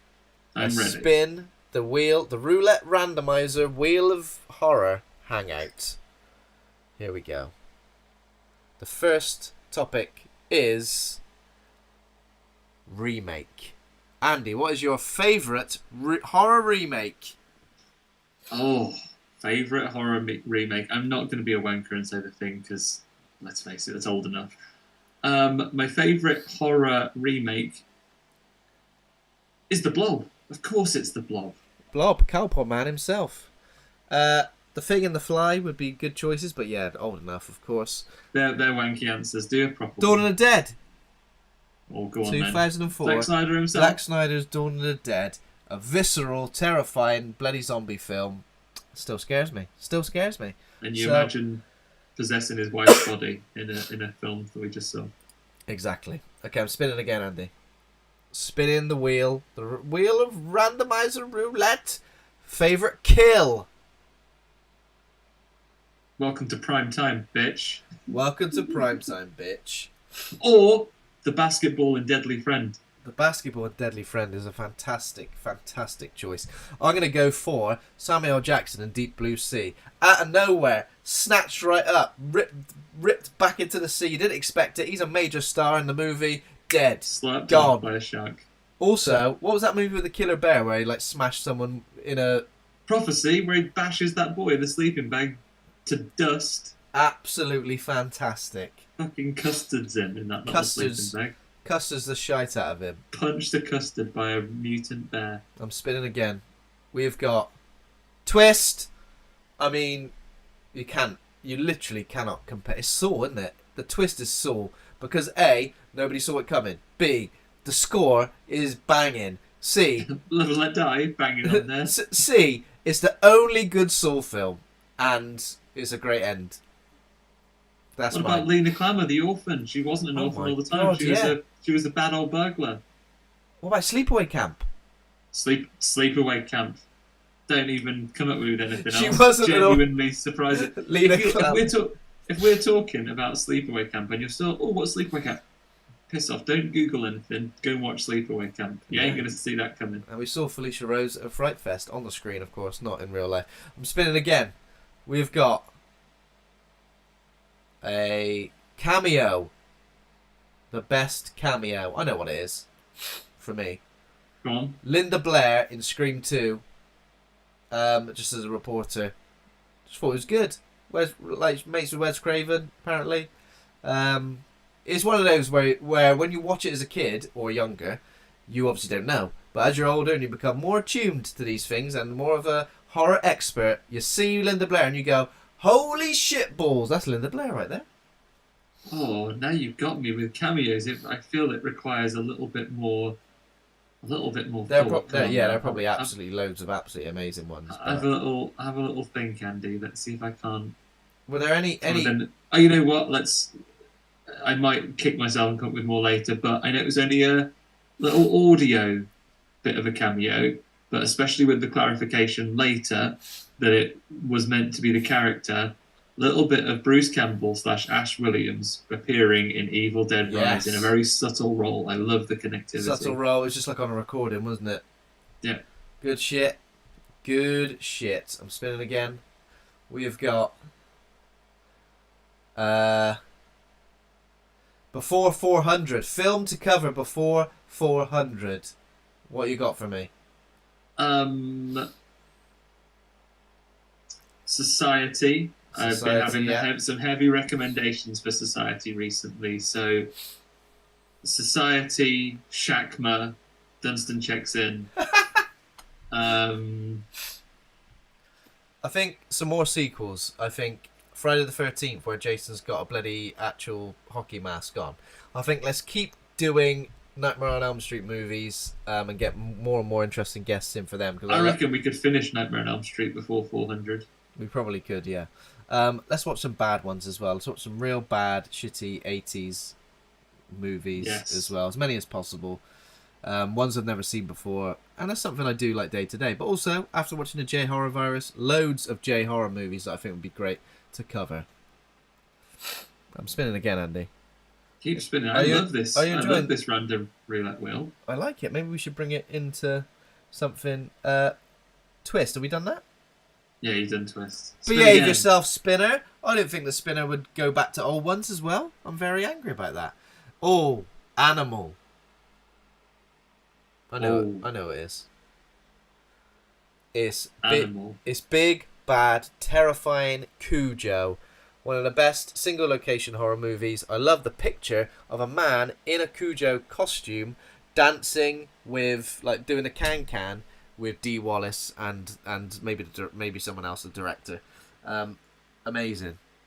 Just horrible. I feel like that film, I can smell Cujo. I can smell his horrible, rancid breath. Sweaty, rancid breath. Are you only allowed animals in real life, or is like a monster counting as an animal? Has to be a real animal. A monster. I reckon a real animal. This because I got monster on here as well. Oh, in that case, it's got to be Jaws, right? Old Bruce himself. Bruce himself, big old Jules. Jules the shark. The shark's not called Jules. Of course he is. Jules. Here he comes with his enormous Jules. I also liked Alligator. Alligator's a good shout. Another film that was shown on FrightFest. Aaron Trust says he'll come back and join us for a Nightmare on Elm Street sequel. Yes. I'll see you soon for the Dream Master number 4. We've done as far as Dream Warriors. See you for Dream Master. We're in for number 4. Favourite episode, Andy? It's going to be difficult, isn't it? Oh, no. Favourite episode's going to be I'm really going to say tough. the ones I listen back to the most. Sorry, I don't mean to keep jumping in. I'll just keep thinking. It's alright, if you've got an answer, you go. So, it's got to be a quiz episode. And I would say the quiz episode we did with an Earful podcast, of course, with my friend Ryan, who, of course, we lost. That, for me, is one that I can just always feel like I can look back on, listen to, enjoy, and remember that there were some great times to be had with Ryan on the show, and it's great that we've got that. We've got that in the bank, and it's a great quiz episode as well. I think it's one of the most entertaining, but also the other quiz episodes where it just takes a real turn from like someone being in the lead to suddenly someone just ripping it out of the grasp of somebody else. Yeah. Super entertaining and amazing work as always. I love the quiz episode. Bearing in mind I know the answers when I listen back to them because I wrote the questions. But, and I don't always listen back to a full episode. I will sometimes listen back to see if there's just one bit that's in my head, I will go and find that bit. Or if I don't quite remember what we said about something and I want to listen back to it, I'll do it. But the quiz episodes I have enjoyed listening back to.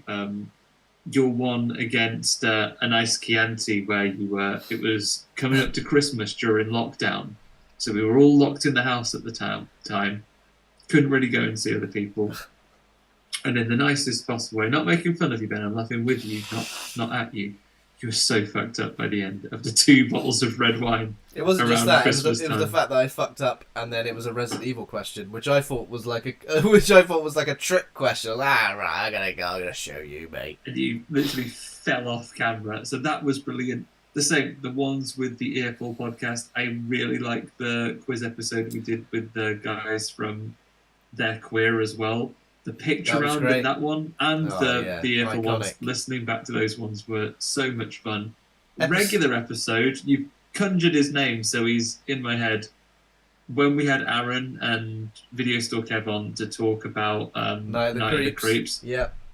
Not only was it a fun episode to talk about, cool guest, and like not damning any other guests with faint praise. I loved talking to every single guest we've had on, but especially like just there are some moments in that one. Those pair of guests really, really interesting and exciting, and the very fact that we could be talking about an obscure film or something that we half remembered, and then Kev would turn round, he was recording with us live in his shop, and he would just disappear off camera for a second and come back and do you mean this? And have a copy right there in his hands. It was so exciting. And it's been great to have other people on. I mentioned during this episode, it was great having Emily Booth on with us to talk about the Gates someone had been a fan of, as a film fan growing up, to have her come and talk with us about a movie was great. When Lucy comes on and talking about Lena Klammer, the famous orphan. Alice Taylor Matthews, when she speaks to us about movies with full frontal male nudity only. Yeah, Alice Taylor Matthews is one of my favourites for having a phrase that I didn't know at the time, but then afterwards becomes so iconic in my vocabulary, like a description of her dress that started late and finished early. I've never heard of it before. A very, very funny guest. But any guest that we haven't mentioned, I genuinely promise it's just because there are too many to mention. I do not have a single guest that I've gone off and been like, yawn. Sick of them.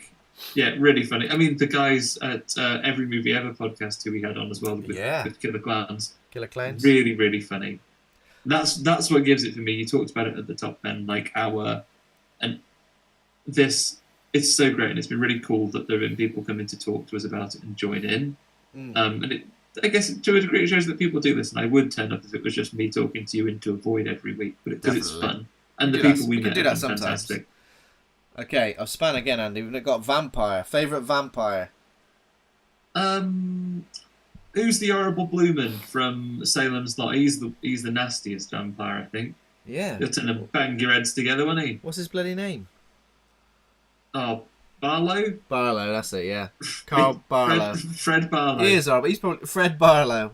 Ked Barlow. He's the most iconic. Didn't free Deirdre and he's out for revenge. Most iconic. I love the extra-ness of what's his face from Interview with the Vampire, Lestat. Incredibly extra. Even Queen of the Damned. I mean, Aaliyah. Very good. If we're not limiting ourselves to episodes alone, we're not. If you want a Dracula that is truly extra, 2 other Draculas are throwaway. Is Dario Argento's Dracula 2000. You can turn into a mantis and have your head off. That film is entirely on YouTube. You can watch it now. We should do an episode of it because it is insane Dracula-ing. Even Gary Oldman and his costume changes. Gary Oldman and his costume changes, but again, much like when I was proclaiming my love for a bit of horror comedy, I have to accept who I am, Ben, and my favourite Dracula has to be Leslie Nielsen. Dracula, Dead and Loving It, is the guy. A great choice. I do like the vampires in 30 Days a Night as well, like land sharks I've seen them described as. That's good. That's a completely different type of... Scabby vampires. Okay, I'm spinning again. Spin that wheel. We're going to run out of topics, I'm sure. Favourite decade. Now, I think because of the In Search of Darkness documentaries, the fact that they're split up by year and you've kind of got like watch lists alongside them, it is probably the most fruitful of the decades for all the different subgenres of movie. The most batshit ideas. You know, I think horror as a genre tried to go in a few certain directions in the 90s and the early 2000s with slashers and found footage, but I feel like 80s is when the genre just really just kicks off its comfy slippers and prances about with load of mad shit. So I also feel like 80s horror is something I return to constantly, and also something I feel like I'll never complete because there's so much. I think for me the true correct answer is 80s, because so many of the films I love are from that decade. I mean, that's going to be my experience because that is when I was born. It's when I was growing up. It's aesthetics that I really...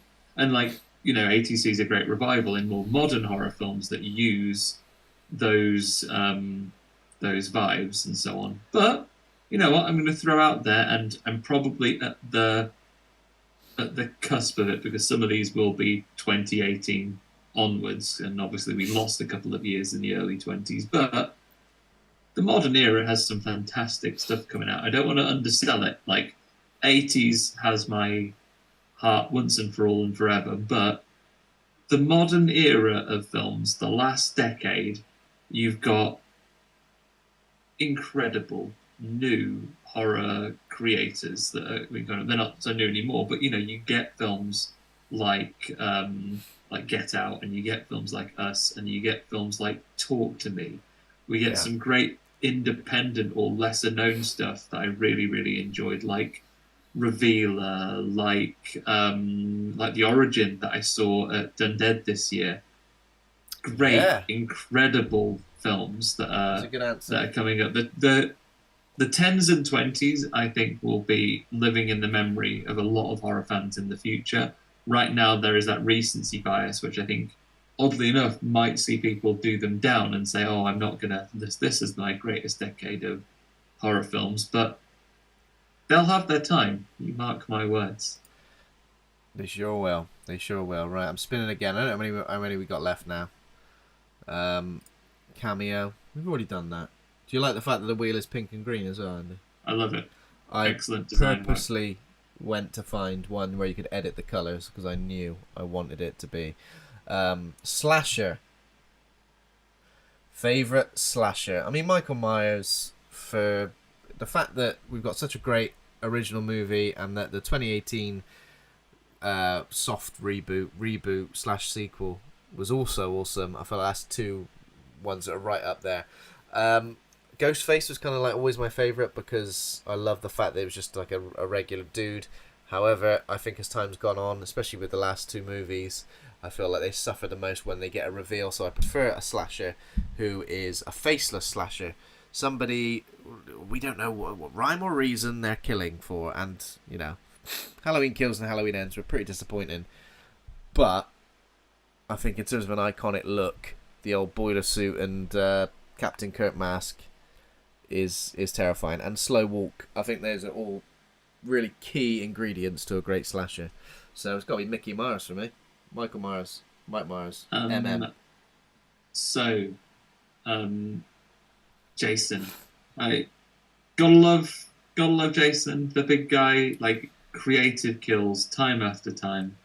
He's always up there. He's been to space. Probably Freddy Krueger is probably the best high concept slasher there has ever been. I almost feel like I don't want to include Freddy as a slasher. I almost feel like he goes across so many different categories of horror villain. Yeah, that's true. In that case, then I will give you one that I think my appreciation for them has grown in the last few years, especially with running through the entire series, and then with two really, really strong television series outings. Looking forward, we have the first trailer of season 3. Chucky's having a renaissance. He's been it's such a characterful thing. It's such a rich backstory as well. And I've mentioned this before ad nauseum on the podcast. having that same creative hand that has run through this entire series, sometimes as director, but always as writer, with the exception of the kind of side remake. But then that has kind of been sidelined by just how effective the series has been in bringing that character back to the forefront. There is so little television that I get excited to catch up on and watch week by week as it comes out. But after 2 seasons of Chucky, providing we don't get absolutely fucked over here in the UK and it doesn't turn up on a channel that I don't have, or it's really hard to get and I have to wait for it to come on streaming or be available, to get as a series in its entirety, I'll be dead excited to dive into Series 3 of Chucky. Chucky has really gone up in my estimations as a slasher character. I really need to check it out. We'll do a couple more. P.S. Jack Frost, obviously. P.S. Jack Frost. We'll do a couple more. Just a couple more. Actor. Oh, wow. I mean, I could say obvious things like Jack Nicholson in The Shining, master of the Kubrick stare. The fact that that performance has been emulated so much across horror and other genres as well. The fact that we got to see a reimagining of that performance in Doctor Sleep. It's quotable, and it's quotable because of Treehouse of Horror as well, Give me the bat, Marge. Give me the bat. Give me the bat.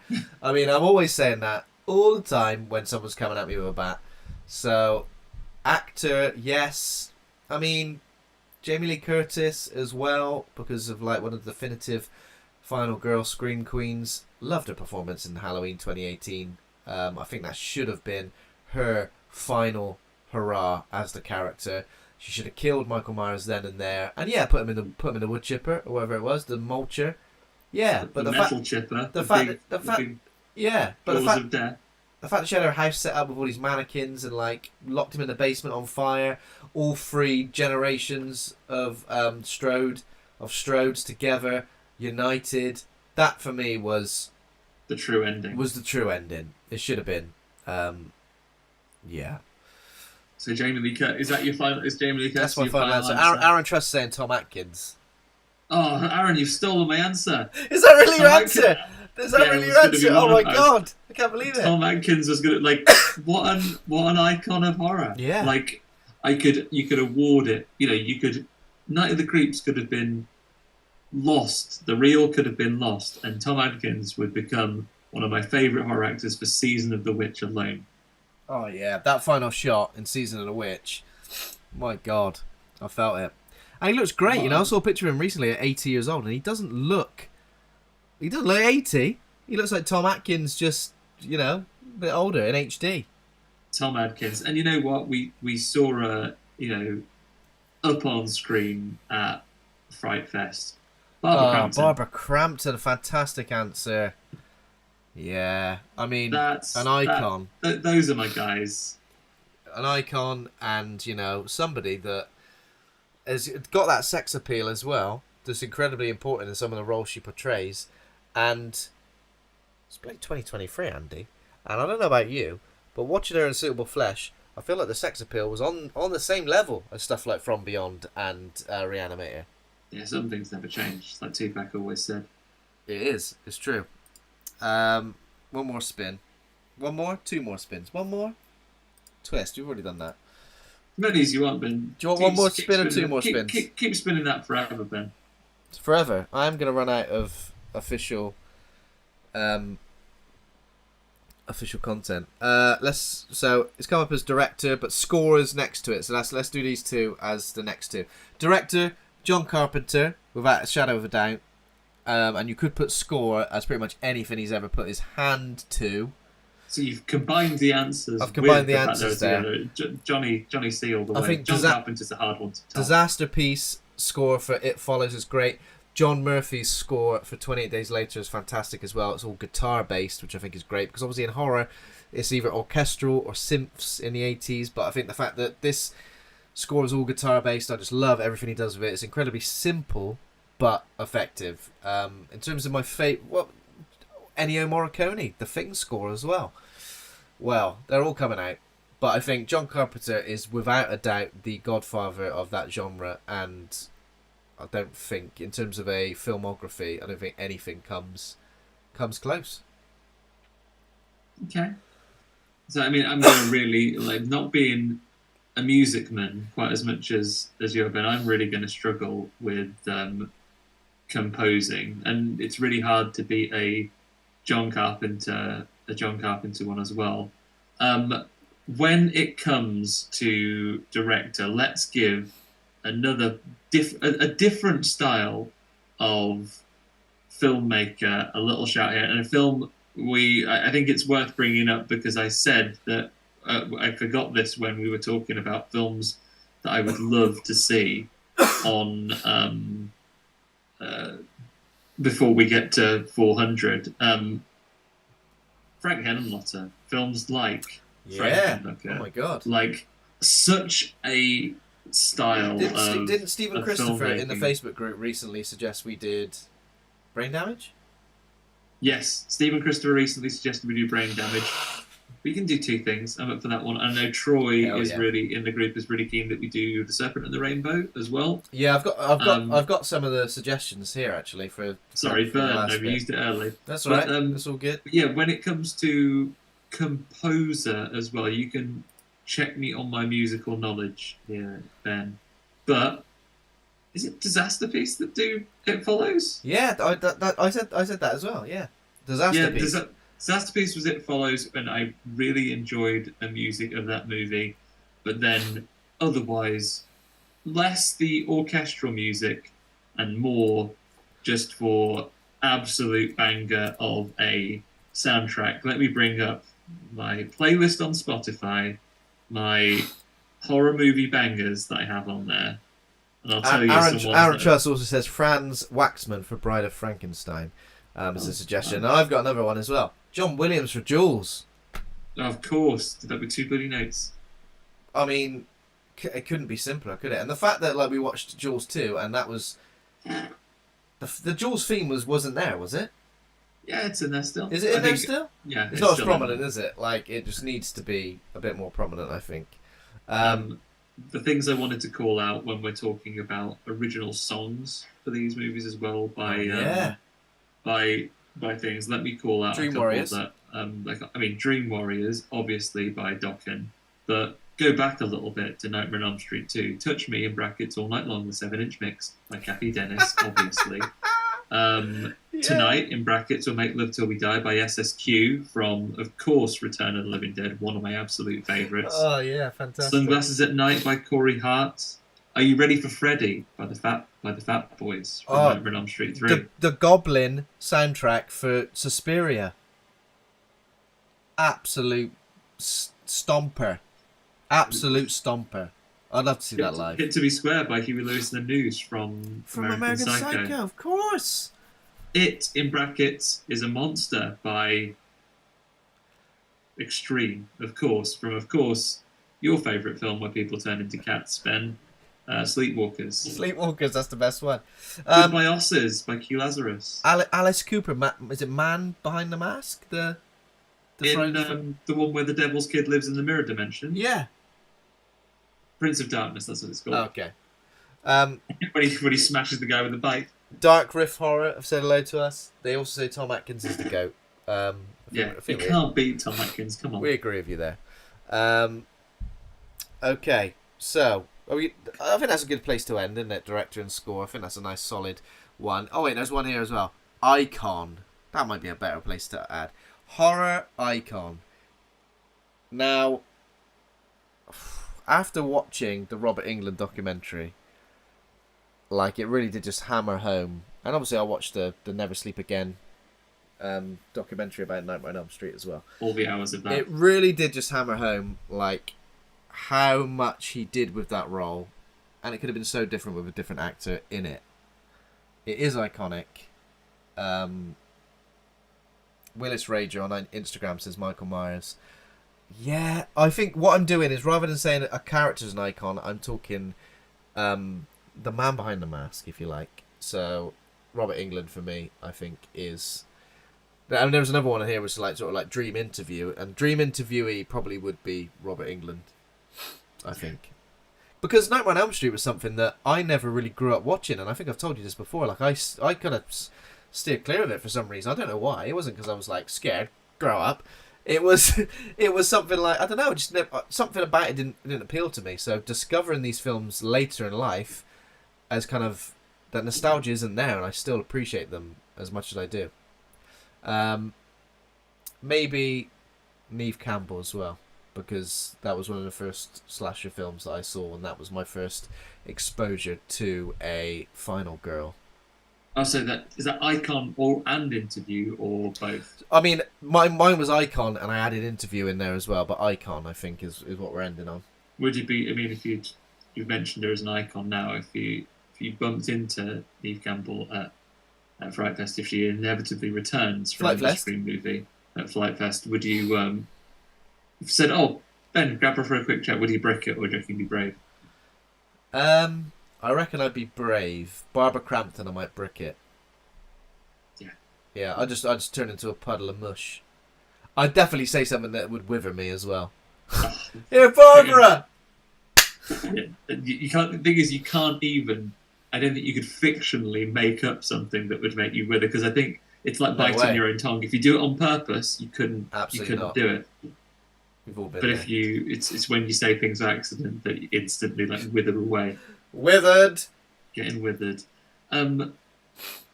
Icon. I mean, Trying to for spin me, it and making it land on Icon now. I mean, for me, I mentioned him in passing, but Jack Frost from Mutant Killer Snowman, obviously a horror icon. Other than that, I mean, you've said Robert Englund, aka Freddy Krueger, the character or the man behind the mask would be absolutely phenomenal. And like horror is much richer for having him in it over the years. Certainly a man I've told this story before I grew up terrified of, because a poster of Freddy Krueger was on my uncle's wall that I found deeply disturbing as a little boy. So yeah, I think he is hard to top as horror icon. You've already mentioned Barbara Crampton. Or do I have any other horror icons I really want to... I feel like we need to bring this wheel out and out. like give it to... And we need to use it when we got special guests on the show. Yeah, absolutely. We'll bring the wheel out, put some more questions on there. If we want to make our show double the length. Other horror icons that I might check out. I mean, Chucky. Oh, Brad Dourif. What a Dourif, yeah, 100%. Interviewing him would be sometime. Or like, again, someone that's been across a number of horror franchises. I mean, horror icon, if you're talking about creators, obviously is not with us anymore, so it'd be not able to ever into him. But Wes Craven brought so much to horror as well, the postmodernism that he brought to it. If you want to talk meta about elements with those meta elements, Nightmare and Scream, talking about people that you'd love to interview sometime though, or meet. I mean, combination, get these two in a room together. Sam Raimi and Bruce Campbell together. Oh hell yeah! I'd just ask Sam Raimi about Spider-Man though. Yeah. Bonesaw's ready. What would you have done in Spider-Man 4? What would you have done in Spider-Man 4? Who would you have cast? Would you have John Malkovich as the Vulture? Yeah, that's what I'd ask. And I'd say, what was Randy Savage like as well? Ready is what he was. Yeah, like there are so many people, and also like we've already got to meet so many incredible people in the world of horror. These icons of films we've been enjoying all this time. So it's been what a phenomenal treat it's been to do the show. It's been a treat. It's been a lovely journey, and yeah, we're not done.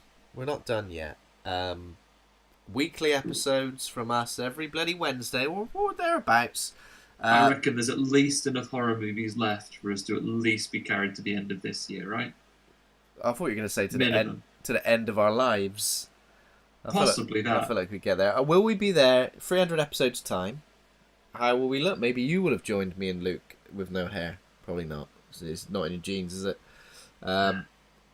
But yeah, we'll still have fun. I love watching a brand new movie every week. I've got a couple of messages to read out just before we sign off on this live episode. So where are we looking? Okay, this has actually gone without a hitch. I've got so many tabs open, I can't believe it. So we've got a nice long message from Scott Rigby on Instagram, which I thought I'd read out. Hey gang, huge congratulations on 300 episodes. In a world with many horror podcasts out there, this is by far my favourite. Not only are your views insightful and unique, they are genuinely hilarious. Added to that is British humour too, which we all know is the best type of humour. British humour is the best. Mr. Bean. That's what he means. Away from the reviews, I thoroughly enjoy the weekly catch-ups with you guys at the start of every episode, which really does feel like just hanging out. See what I did there? With your pals and listening to them shoot the shit about horror movies and various other random topics, which I love. Yeah, that's what we're aiming for. As for movies I'd love to see covered, you can't go wrong with any slasher film. They are mostly ridiculous and full of dumb decisions, which always make for funny episodes. Specifically, Scream 2, 3 and 4. Yeah, it's weird that we haven't done any of those. What? Are you sure? Have I just not forgotten those? We've not done Scream 2, 3 and 4? No. Bloody hell, get on that, shall we? The amount of time and effort which must go into not only watching the films, but also producing the show must take so much work, and to have 300 episodes is a phenomenal achievement. A brilliant podcast created by three right horror dudes who really do seem like awesome, funny guys. Bloody hell, Scott, you're making me well up here. Thank you, Scott. That's very kind. Well done, lads. Here's to the next 300. Thanks, man. Really do appreciate it. That means a hell of a lot.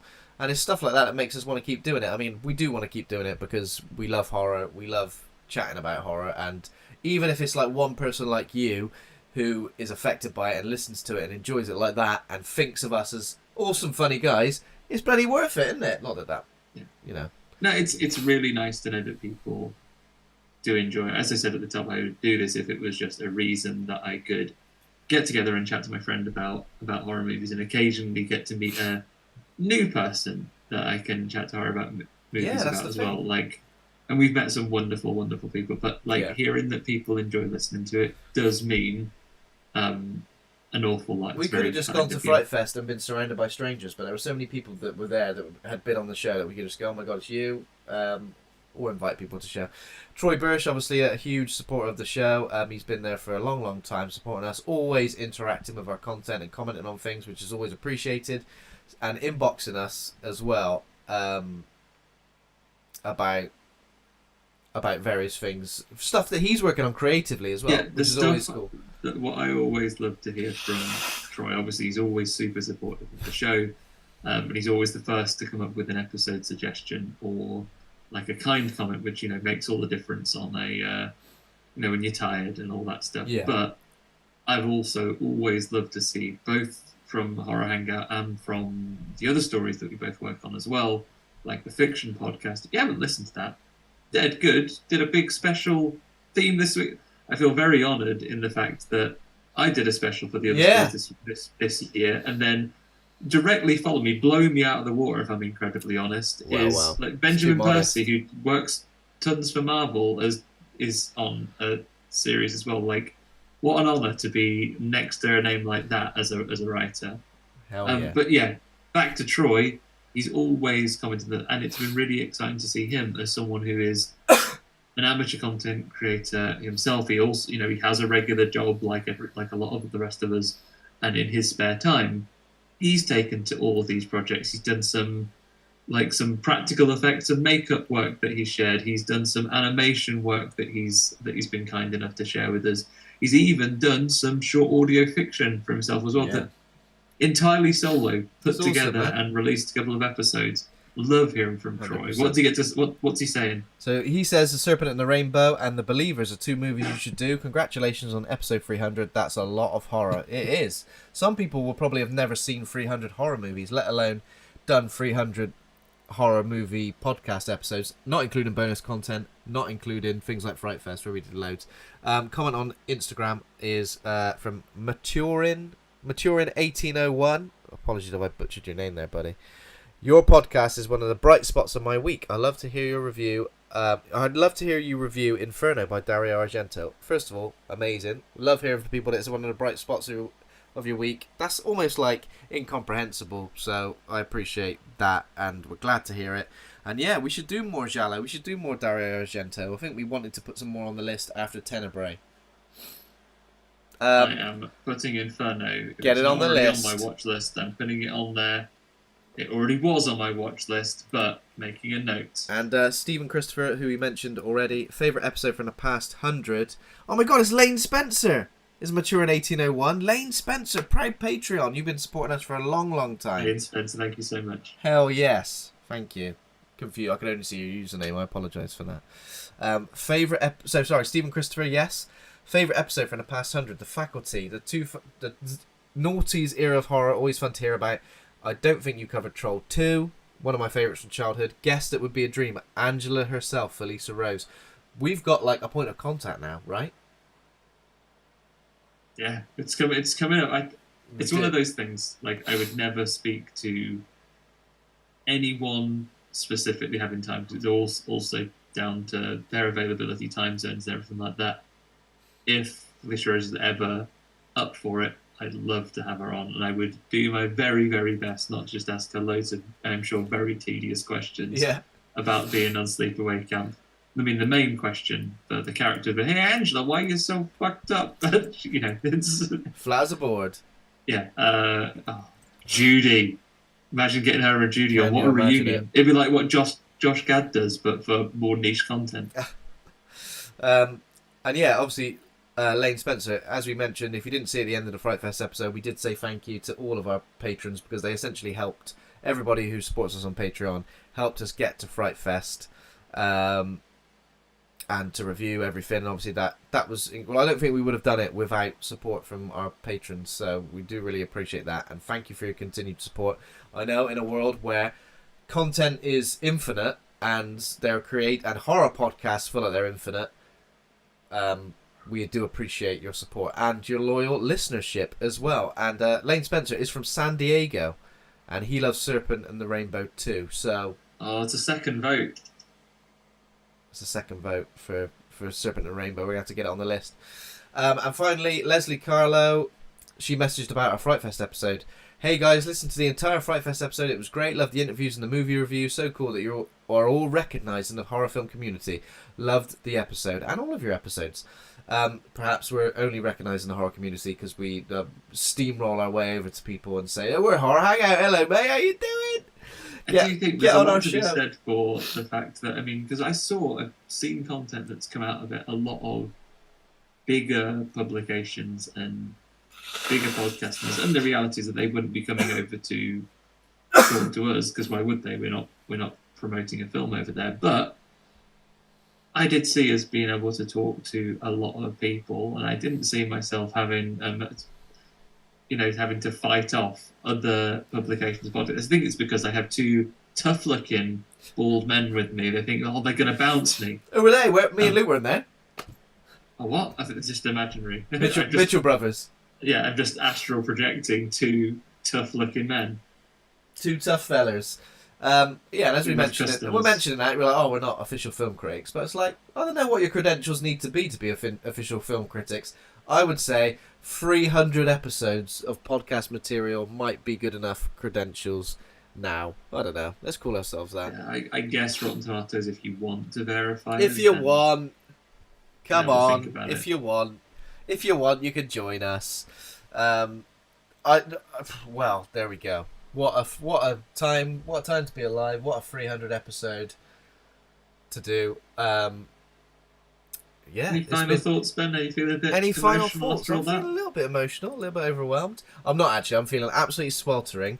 My back is sweaty. I've already said this already, but I'm going to say it again. I'm going to have a cold shower after this. I'm going to pack my bags. We're on holiday tomorrow. On Instagram, Ash Millman is on. We double booked, Ash. We double booked the Horror Game Awards live stream on IGN, which you were a part of. Went live at 8 p.m, which is exactly when we went live. The Fear Fest thing. I saw it. It's like, when's this going live? I wouldn't mind tuning in for this. The exact minute that we're going live as well. Oh, well, hopefully we haven't dented the Horror Game Awards viewing numbers too badly. I hate to see it cancelled. I hope not. I hope we haven't dented them. If you were on that stream, Ash, and you thought, why are our viewer numbers dwindling? It was because Horror Hangout were live at the same time, okay? Yeah, but we always record at 8. We couldn't have moved it. We always record at 8, okay? Don't go in, coming into our stream, okay? and affected I our mean, to be time. fair, like, you know, we talked about Guess. Ash was so funny then. That's one of my favourite episodes as well. Yeah. So funny. Yeah, and I mean, if you're right there, Ash, join us again, please, still- on the podcast ASAP. Still referring to Woodlice as grandfather. There's a new movie from a terrified director as well coming out. There was a trailer for it. I can't remember what it's called. Sorry. That's a perfect one. We should. What we time should to definitely return, do that. Ash? Get her back on. Let's do it. What a time! What a great time! Well, yeah, it's hard to know to finish because you know you got any name game to finish off, Ben? Any name game? Oh my god! I prepared for a lot of things, Andy, but I didn't prepare for that. Ash also says, "Go on, old tomatoes." I think she's talking about us getting on Rotten Tomatoes, not calling us tomatoes. I do feel very warm. My face feels red. I've got a cold as well. I've mentioned that. Your complexion. I've mentioned that already, but I'm just going to throw that extra in there. And she's calling you an old tomato. You're calling me an old tomato. Well, old tomato, like OL, like old dirty bastard. Not me, the rapper, of course. And the tomatoes. And the tomatoes. But she also says she'll come back anytime. Let me at you. Yes, Ash. Hell yes. See you on there. We'll anytime. we'll drop you an invite ASAP. I think an Ash Millman special episode in October, the Horror Queen on the Horror Month, sounds perfect to me, right? To be fair, Ben, I'm so surprised that we've got through an episode 300 live stream, a live stream where you could say anything and commit us to this, and you've not challenged anyone to a quiz. I've not challenged anyone to a quiz. I'm over that now. I don't challenge people anymore. Okay. Are you sure you're not worried that there's now loads of super knowledgeable people about horror who absolutely skin you? Definitely not worried, because I Google things quietly when I'm doing the quiz. I'm joking, of course I don't. I would never do that. I would kill you. You would fuck me up.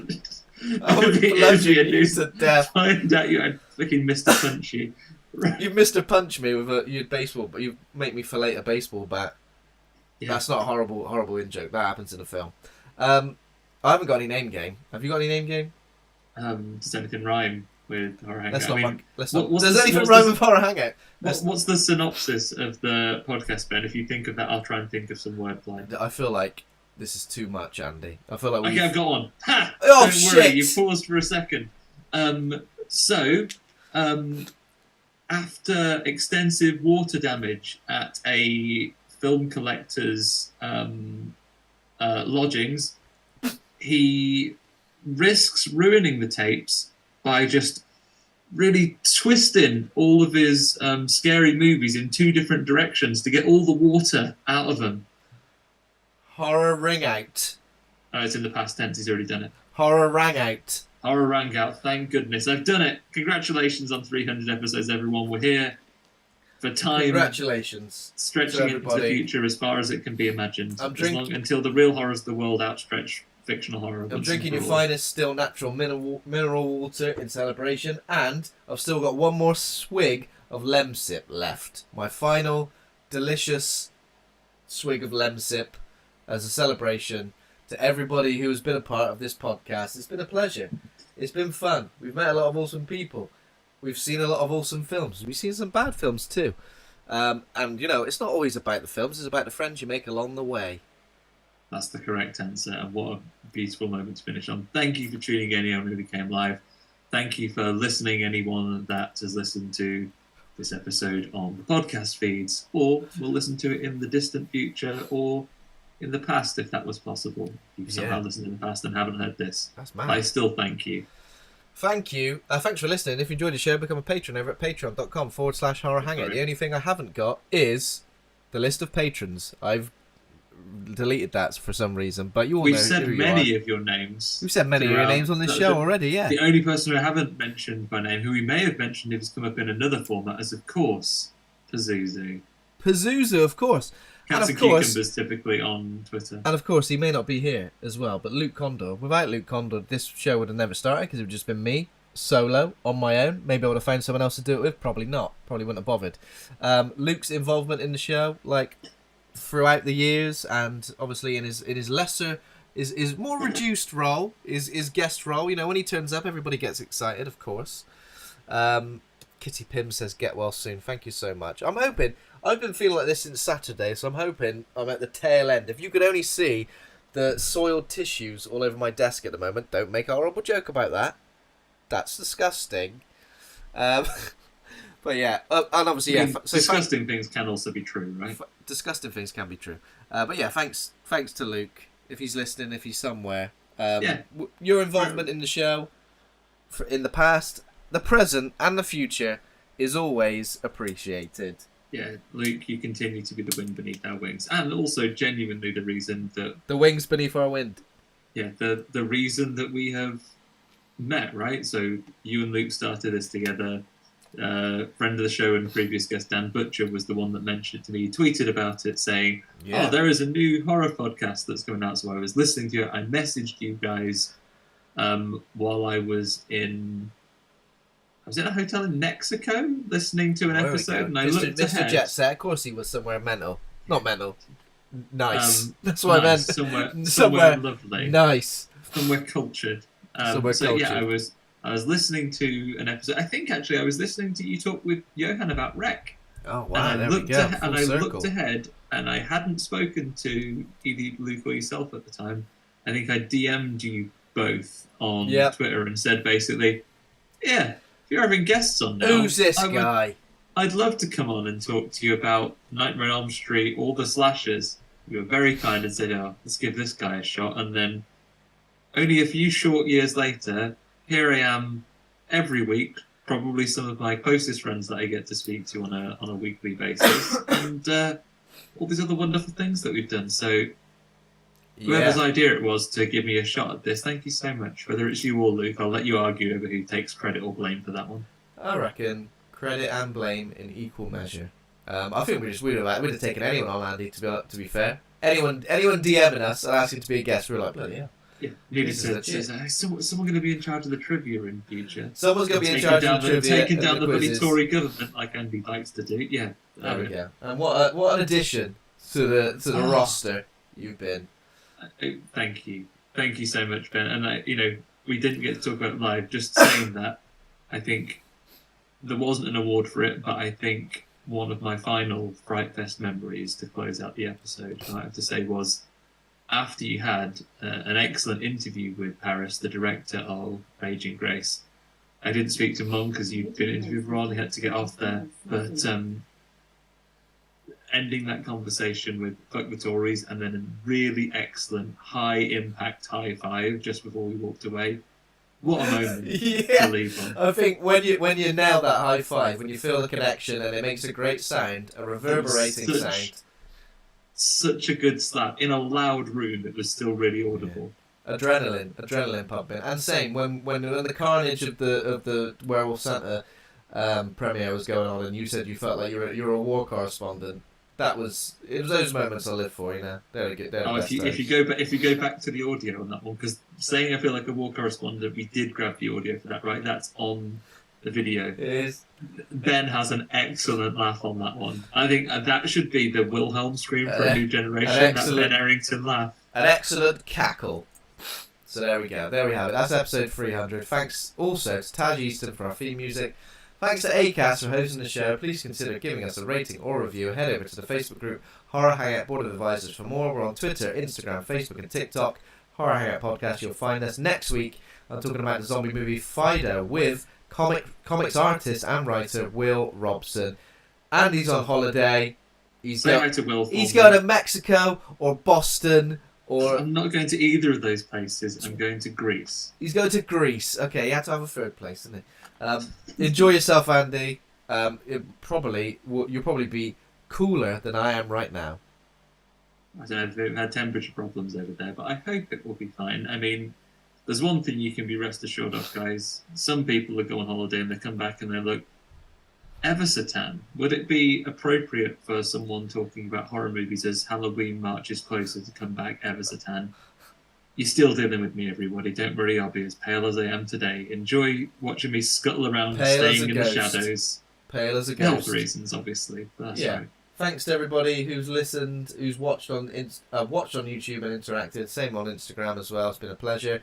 Maybe we'll do more of these. Maybe we'll do more live streams rather than just standard episodes. Who knows? Give us some feedback. But for now, Oh God! For now, I didn't know. What should I say? Now we finished it. I'm going to thank you for being a right horror dude. Thank me for being a right horror dude, and Andy, thank you also for being a right horror dude. Thank you all of you to being right horror dudes. General Nooch.